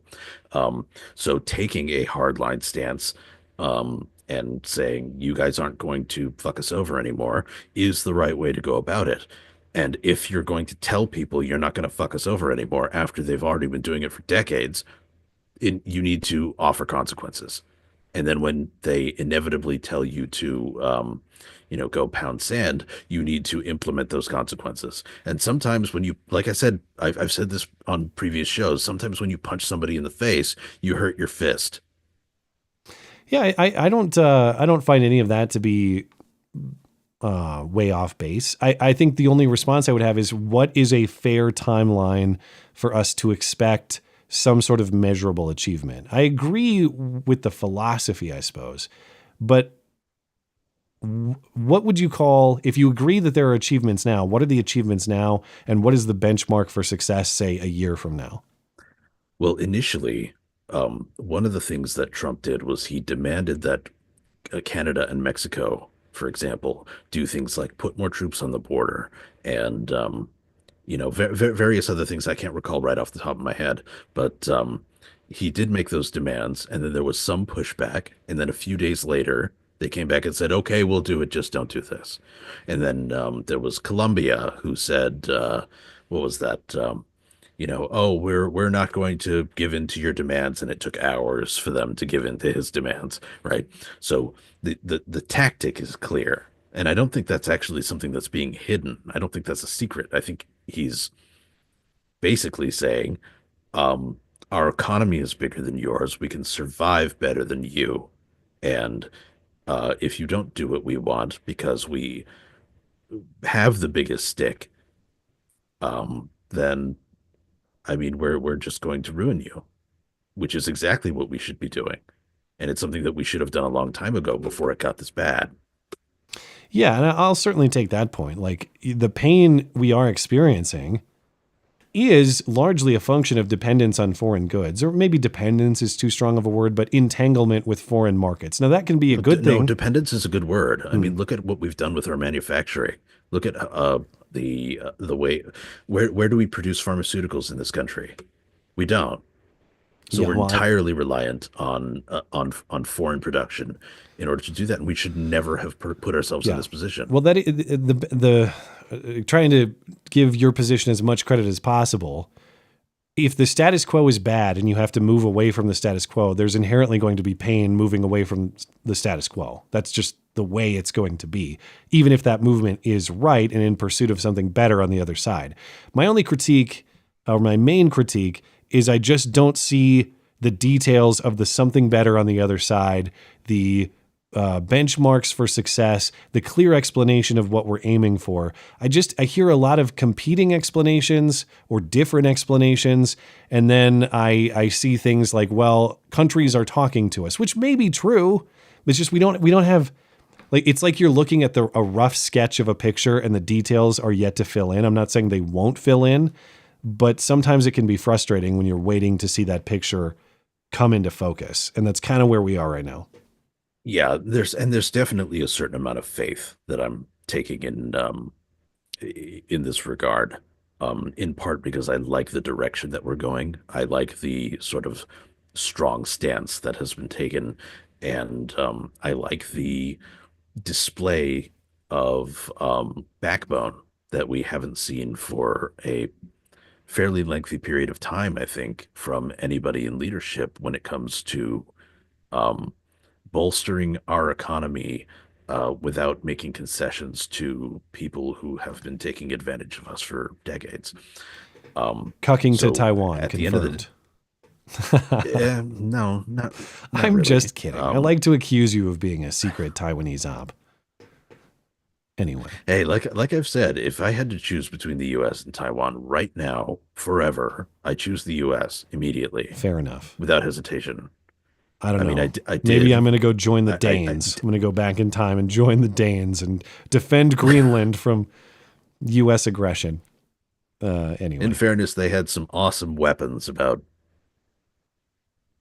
in the 1400s. But anyway, the point is, I like the tariffs. I like that he has made some successes with them over the brief time that we've allowed him to sort of play around with this plan. And I think that people who are throwing criticisms his way, and especially as harsh as they've been when he has had less than 4 months to do anything. The things he's talking about are going to take not only years to negotiate, years to implement, which I'm fully aware of. I just wish I could just want a better description of how those years are going to play out. But what I'll do to get on the same... What a win condition looks like with Germany and what a win condition looks like with China or Thailand, they're all going to be completely different. I would grant that. So, I think there's a counter, though, of like, okay, but then it's even more important to pick your enemies and focus on them, because the prospect of achieving success with all of these countries, there's just too many and it's too big to do in such a short amount of time. Like, focus on China and get them under control. Maybe he is, though. Like, maybe the leverage against China is like working the rest of the world against them. Yeah. So I get it. So anyway. Thank you for your impassioned defense of Taiwan's honor. We all appreciate it. Oh, you don't know what you talk about, okay? Long Dong John. Our old friend Joe, of course. That was 4 days ago, 5 days ago. I almost forget about him. Who by some miracle hasn't attended his own funeral yet. And look at Zelensky, who didn't bother wearing a suit at all. Again, I assume this is at the Pope's funeral, right? Nothing is sacred to the media, enemy of the people indeed. Oh, that's because there was this whole there was a prior chat that I missed. Hold on. Also, Matt, did you see the latest Trump hoax this week? He wore a blue suit when he was told to wear a black one to the Pope's funeral. That's right. This was Trump at the funeral. I knew where this was headed. Did you see the article that was written about this? Well, he's saying that there was a cropped photo, and if you look at the uncropped photo, a bunch of people were wearing blue. Is that true? I haven't seen that. Yes. Okay. Yeah. So there was this photo underneath, like, you know how this goes. Like, they have the title of the article, and then beneath it they have like a picture. But then the wonderful thing about the way that this photo was like, even the title of the article where they had cut out the picture was hiding people in blue suits. Like, it was perfect. It was perfectly done. Which publication was this? Do you remember? I'm trying to remember. I saw it on X and I didn't save it. But it was, I don't know, it was probably somebody like the New York Times. So, one of those guys. But there was a picture of the article right next to another photo that was taken from clearly the same camera. Like maybe a few seconds later, where in the photo Trump's sitting, in the other photo Trump is standing, and he's surrounded by people, and most of the people around him are in black, but like huge numbers of people behind him are also in blue along with him. But the photo under the article title only includes the people in black. Of right. course. It's like it was perfectly cropped. There's no way it's an accident. They know exactly what they're doing. Yeah. Exactly. Yeah. Joshy Boy says, Matt, an effective ruler can change the people he's ruling. Take Alfred the Great, for example, who pushed for his people to be better educated and well-read. I'll take your word for it. Excuse me, I'm not familiar with the history of old Alfred the Great.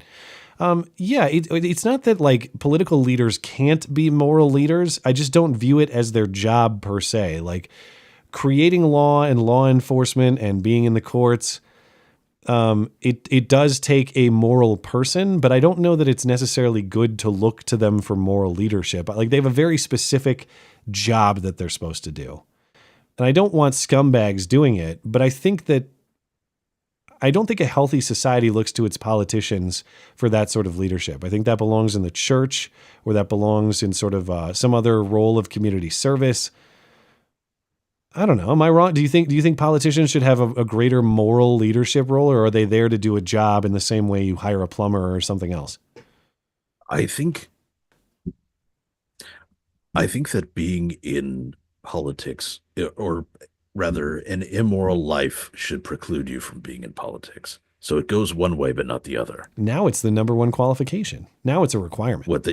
Now it's a requirement that you be immoral in order to be in politics. Yeah. Right. So, and that's the difference between, I think, what this person's saying between what are politicians today and somebody like Alfred the Great, who was also a moral leader, also a religious leader, also, et cetera, et cetera.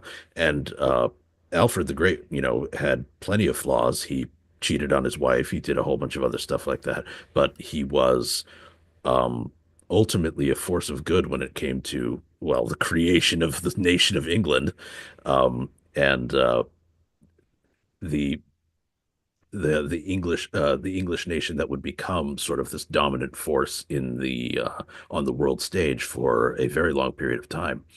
So, I mean, to an extent, I think it was sort of impossible to not look to politicians back in the day for moral leadership, because they were the only ones who had the power to sort of get their voice out there in a way that lots and lots and lots of people would be able to hear. We sort of live in a new age where information can be spread at such a more rapid pace and by so many more people, which I don't necessarily think changes the principle of the thing, but I have difficulty saying like, now we need a king who's going to serve that function that Alfred did. I mean, it'd be wonderful if we had it, but like, I don't know. I'm not sure it would work so well today. Thank you, Joshy Boy. Injured Guardian April 20th, 2025, Rumble either censored my super chat or dropped it. Sometimes I miss them. Tippy and Odyssey still reject me. Therefore, I'm stuck with Neil. My apologies to Ninja Kitty. We'll never apologize for supporting the show. Rule 1. But yeah, Rumble, it's probably not that it missed. It's that... It's just janky. Yeah, the one thing, Rumble is always going to be a little bit behind YouTube on features, and I get why people would want to use YouTube over Rumble for that reason. One of the features that I really wish Rumble offered was a way for the streamer, the person making the content, to view super chats in a nice clean list. They don't offer that. And I have to rely on a third-party web browser plugin to do that. And it mostly works, but it doesn't always work. So if I miss it, it could be a failure of that plugin. Could be a variety of factors that aren't even Rumble censorship. So yeah, I wish Rumble, that's one, if I could get one feature on Rumble, and I know there are many that would be useful. For me, that's it. Like, just show me a nice clean list of the super chats. I can't do it. For what it's worth, they are improving at a rapid rate. They are doing a good job. Yeah. Yeah. So I mean, I subscribe to Rumble Premium because I like a lot of the personalities on there, and I like supporting this, censorship-free platform. It is by far, outside of X, it's by far the best YouTube competitor. I don't even know if you count X as a YouTube competitor. It can host videos, but trying to browse videos or organize videos on X, they don't have that. Yeah, they don't have that. Yeah. But maybe they will. Daniel Yeager, sadly, butt judge moved to Traverse City to run for Michigan governor in 26. I want some butts! He's out. So I assume Gretchen's out at that point. Speaking of Michigan governors or Michigan governor prospects loving butts, did you know that there is a allegation against sitting Michigan Governor Gretchen Whitmer? Once again, I will cover myself legally because I have no evidence to substantiate this claim. I just saw it on X. Could be bullshit. But there is a rumor coming from a guy who claims that he engaged in that sort of activity with Gretchen Whitmer in high school. And her nickname was Stretchin' Gretchen. That's disgusting. Oh, I did hear about this. Is it legit? I don't know, man. You believe in Stretchin' Gretchen? In fairness, actually, if you look at pictures of her when she was younger, she was much more attractive. I mean, now she looks like the Wicked Witch of the West if you peeled the paint off. Would you stretch it? Now? Back then? Fuck no. Ever? No, I mean, she had to be crazy back then too, right? Crazy enough to be Stretchin' Gretchen. Don't stick it in crazy. That's the primary dude rule. We've had Stretchin' Gretchen, and we're about to have Stretchin' Pete. Now, is Pete stretching Pete, or is he stretched Pete, or both? Does he stretch, or does he do the stretching? I don't want to consider this. Sorry. All right, I'm asking journalistic questions here. Daniel Yeager, thank you. He has another one. DJ stage name, Comrade 6. Well, I'm glad you appreciated it. Kill the N-word. Kill the N-word. That's all I got. That was my one hit. I'm a one-hit wonder of making this material. I think we're all set over. I got one more over on Tippy Stream.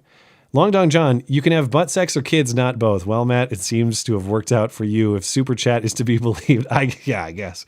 Speaking of rumors you may or may not believe, and they still have their mom. You don't get those very much anymore. That makes you a better butt judge than Ruben and Ruben? I think you mean than Ruben. Yeah. Well, I can assure you, just like the accusation of Stretchin' Gretchen, the accusations against me in the Super Chat are false. All right. No stretching going on around here. You don't get those.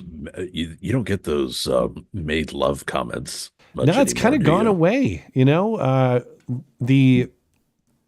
course, now that it's been brought up. now that we'll be back. My policy was never to fight it because I think if you fight it, people do it more. And even though a lot of them kind of made me a little queasy, but here I am talking about Stretchin' Gretchen anyway. If you start fighting it, you're going to get more and more of them. So I figured I'd let it run its course, and maybe it finally has run its course.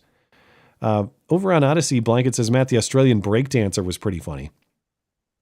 In the Olympics, I forgot about that. That was pretty funny. And says maybe the half black guy was just upset because it was raining. Yeah, who knows? The guy at St. Mary's College in California. Well, at least he didn't shank somebody in the heart because it was raining. He contained his rage. It was the white side of him that stopped him from doing that. Or maybe he shanked the kill people into the door. Maybe it could just be the old school self-done hoax. Yeah, who knows? Wow. Injured Guardian says reject in Minecraft, embrace with my prayers. I like that. I like that spirit. It's true. You know, it's kind of like it's like the Fed bit, you know? Fed. And I was talking about this with Justin when he was on. Yes, it's a meme. And yeah, it's kind of true that like the feds are always watching us, or, you know, you shouldn't say things this way because it'll be interpreted that way and you'll get in trouble. That is the mindset that those in power want us to have. They want us to be afraid to confront things that are necessary to confront. And one of those things that is necessary to confront is that sometimes that old tree of liberty needs some watering. Now, this is not a call for action from me. It's just to recognize the truth that when people say like, well, there's no place in a civilized society for violence, that's contrary to everything historical. That's contrary to moral truth. That's contrary to basic reality. Violence absolutely has its place, but it needs proper moral restraint, and it's incumbent upon moral men to restrain it properly. But nobody who has ever achieved anything, built anything that matters, defended anything that matters, stood up for anything that matters, has lived by the creed that violence is never acceptable, because it plainly is. It just is very circumstantially defined, Raja Mohan. Don't get me wrong here. I'm not advocating for just blind violence, but I hate that phrase. And to Injured Guardian's point, every time you make that little concession, and I do it a million times a stream, I'm not saying I don't. When you're trying to like to be protective about that, you're kind of conceding that point a little bit, that the people in power want you to be afraid to say it. And when you hedge, you're bending at least a little bit of the knee. And I'm saying that looking myself in the eye, because I know I do it. Yeah. I mean, I know there's a lot of people who don't like Jordan Peterson here, but again, as I said before, you know, so when somebody's right, they're right. He said, a good man, or I can't remember the exact quote, but it was something like, a pacifistic man is not a good man. A good man is capable of incredible violence, but has it under control. Exactly. Yeah, I do remember that. Yeah. Thank you for defending his honor. Up yours. Oh, Canadians. Where's the other one? Did I lose it? It's this one. You absolute son of a bitch. No, Speaking of deep cuts, these are pretty deep in the soundboard. All right. I was thinking the Ben Shapiro one. You're an asshat. I got that one. There's another deep cut. Hold on. Where do I find that? I know I have it. Yeah. You're an asshat. You're an asshat. You're an asshat. There it is. That actually does. Hold on. Does that work? Hold on. Let me get into this a little bit. It's going to take a second. Okay, here we go.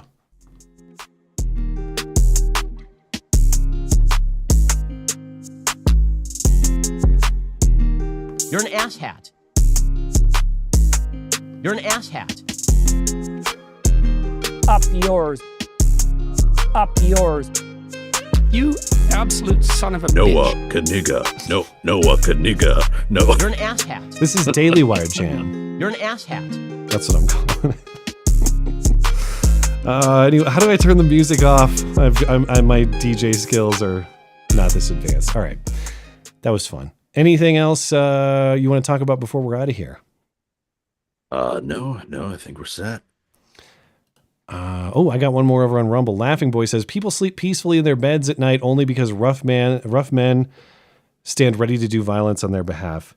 You know, it's very crazy to me that you make that statement, because one of the many pieces I have in my life that I've hung on to that remind me of what's important in life and provide a little motivation to me. People know about my watch. My watch was a gift to my brother. It's one of the first things I found on the counter when I lost him. So I've carried this watch with me worn it pretty much every day for the last decade. But one of the other things I have is a old, disgusting, dirty mouse pad that is an 82nd Airborne mouse pad, and it says almost exactly that. Americans can sleep peacefully knowing that there are paratroopers willing to do harm on their behalf. And I've kept it. Look how disgusting it is, like this dust on the underside. Oh, whatever. But I've kept that because of not only the connection to my brother, but really what that wisdom represents too. Like, yeah, the comfort that you enjoy was purchased with the vicious fighting of others. You should be grateful and thankful for that, but also recognize that there will come a day, or may come a day, where you have to do that purchasing for somebody else. Your sons, future generations, whatever else. Like this fantasy that violence is always a moral failing. No, there is such a thing as morally justified, morally righteous, morally required violence. We call that self-defense, by the way. And that belief is self-destructive, because once you believe that violence is always wrong, then you are the easiest target for violence. Yes, exactly. So thank you, Laughing Boy. It's interesting, just funny when things work out that way. It's like you're reading from right off my desk, which is really cool. All right. Good on Odyssey, good on YouTube, good on Rumble, and we're good on YouTube and Tippy. So we'll call it a night there. Appreciate it, Batman. Thank you for joining as always. Of course. Happy to be here. Thanks to everybody tuning in live tonight. Live chatters, super chatters, thank you for making the live production a success. Hey, if you're listening on demand later as well, thank you kindly for supporting the show too. Thanks to my guest, Justin Nazaroff. Check out Phoenix Ammunition at phoenixammo.com. Phoenix with an F, ammo.com, endorsed by treason correspondent Batman. Just kidding, Rajamohan. Anyway. Again, thanks to Batman for sitting in tonight. Thanks to producer Tim for his continued assistance. If you'd like more to listen to, hey, check out the podcast page over on my website, mattchristiansenmedia.com/podcasts. Got not just the video show, but the audio show over there too. Anything else show related, mattchristiansenmedia.com is where you find it, or mattis.gay if you prefer brevity. I'm back on Sunday and Wednesday nights. Of course, have a great night and a great week.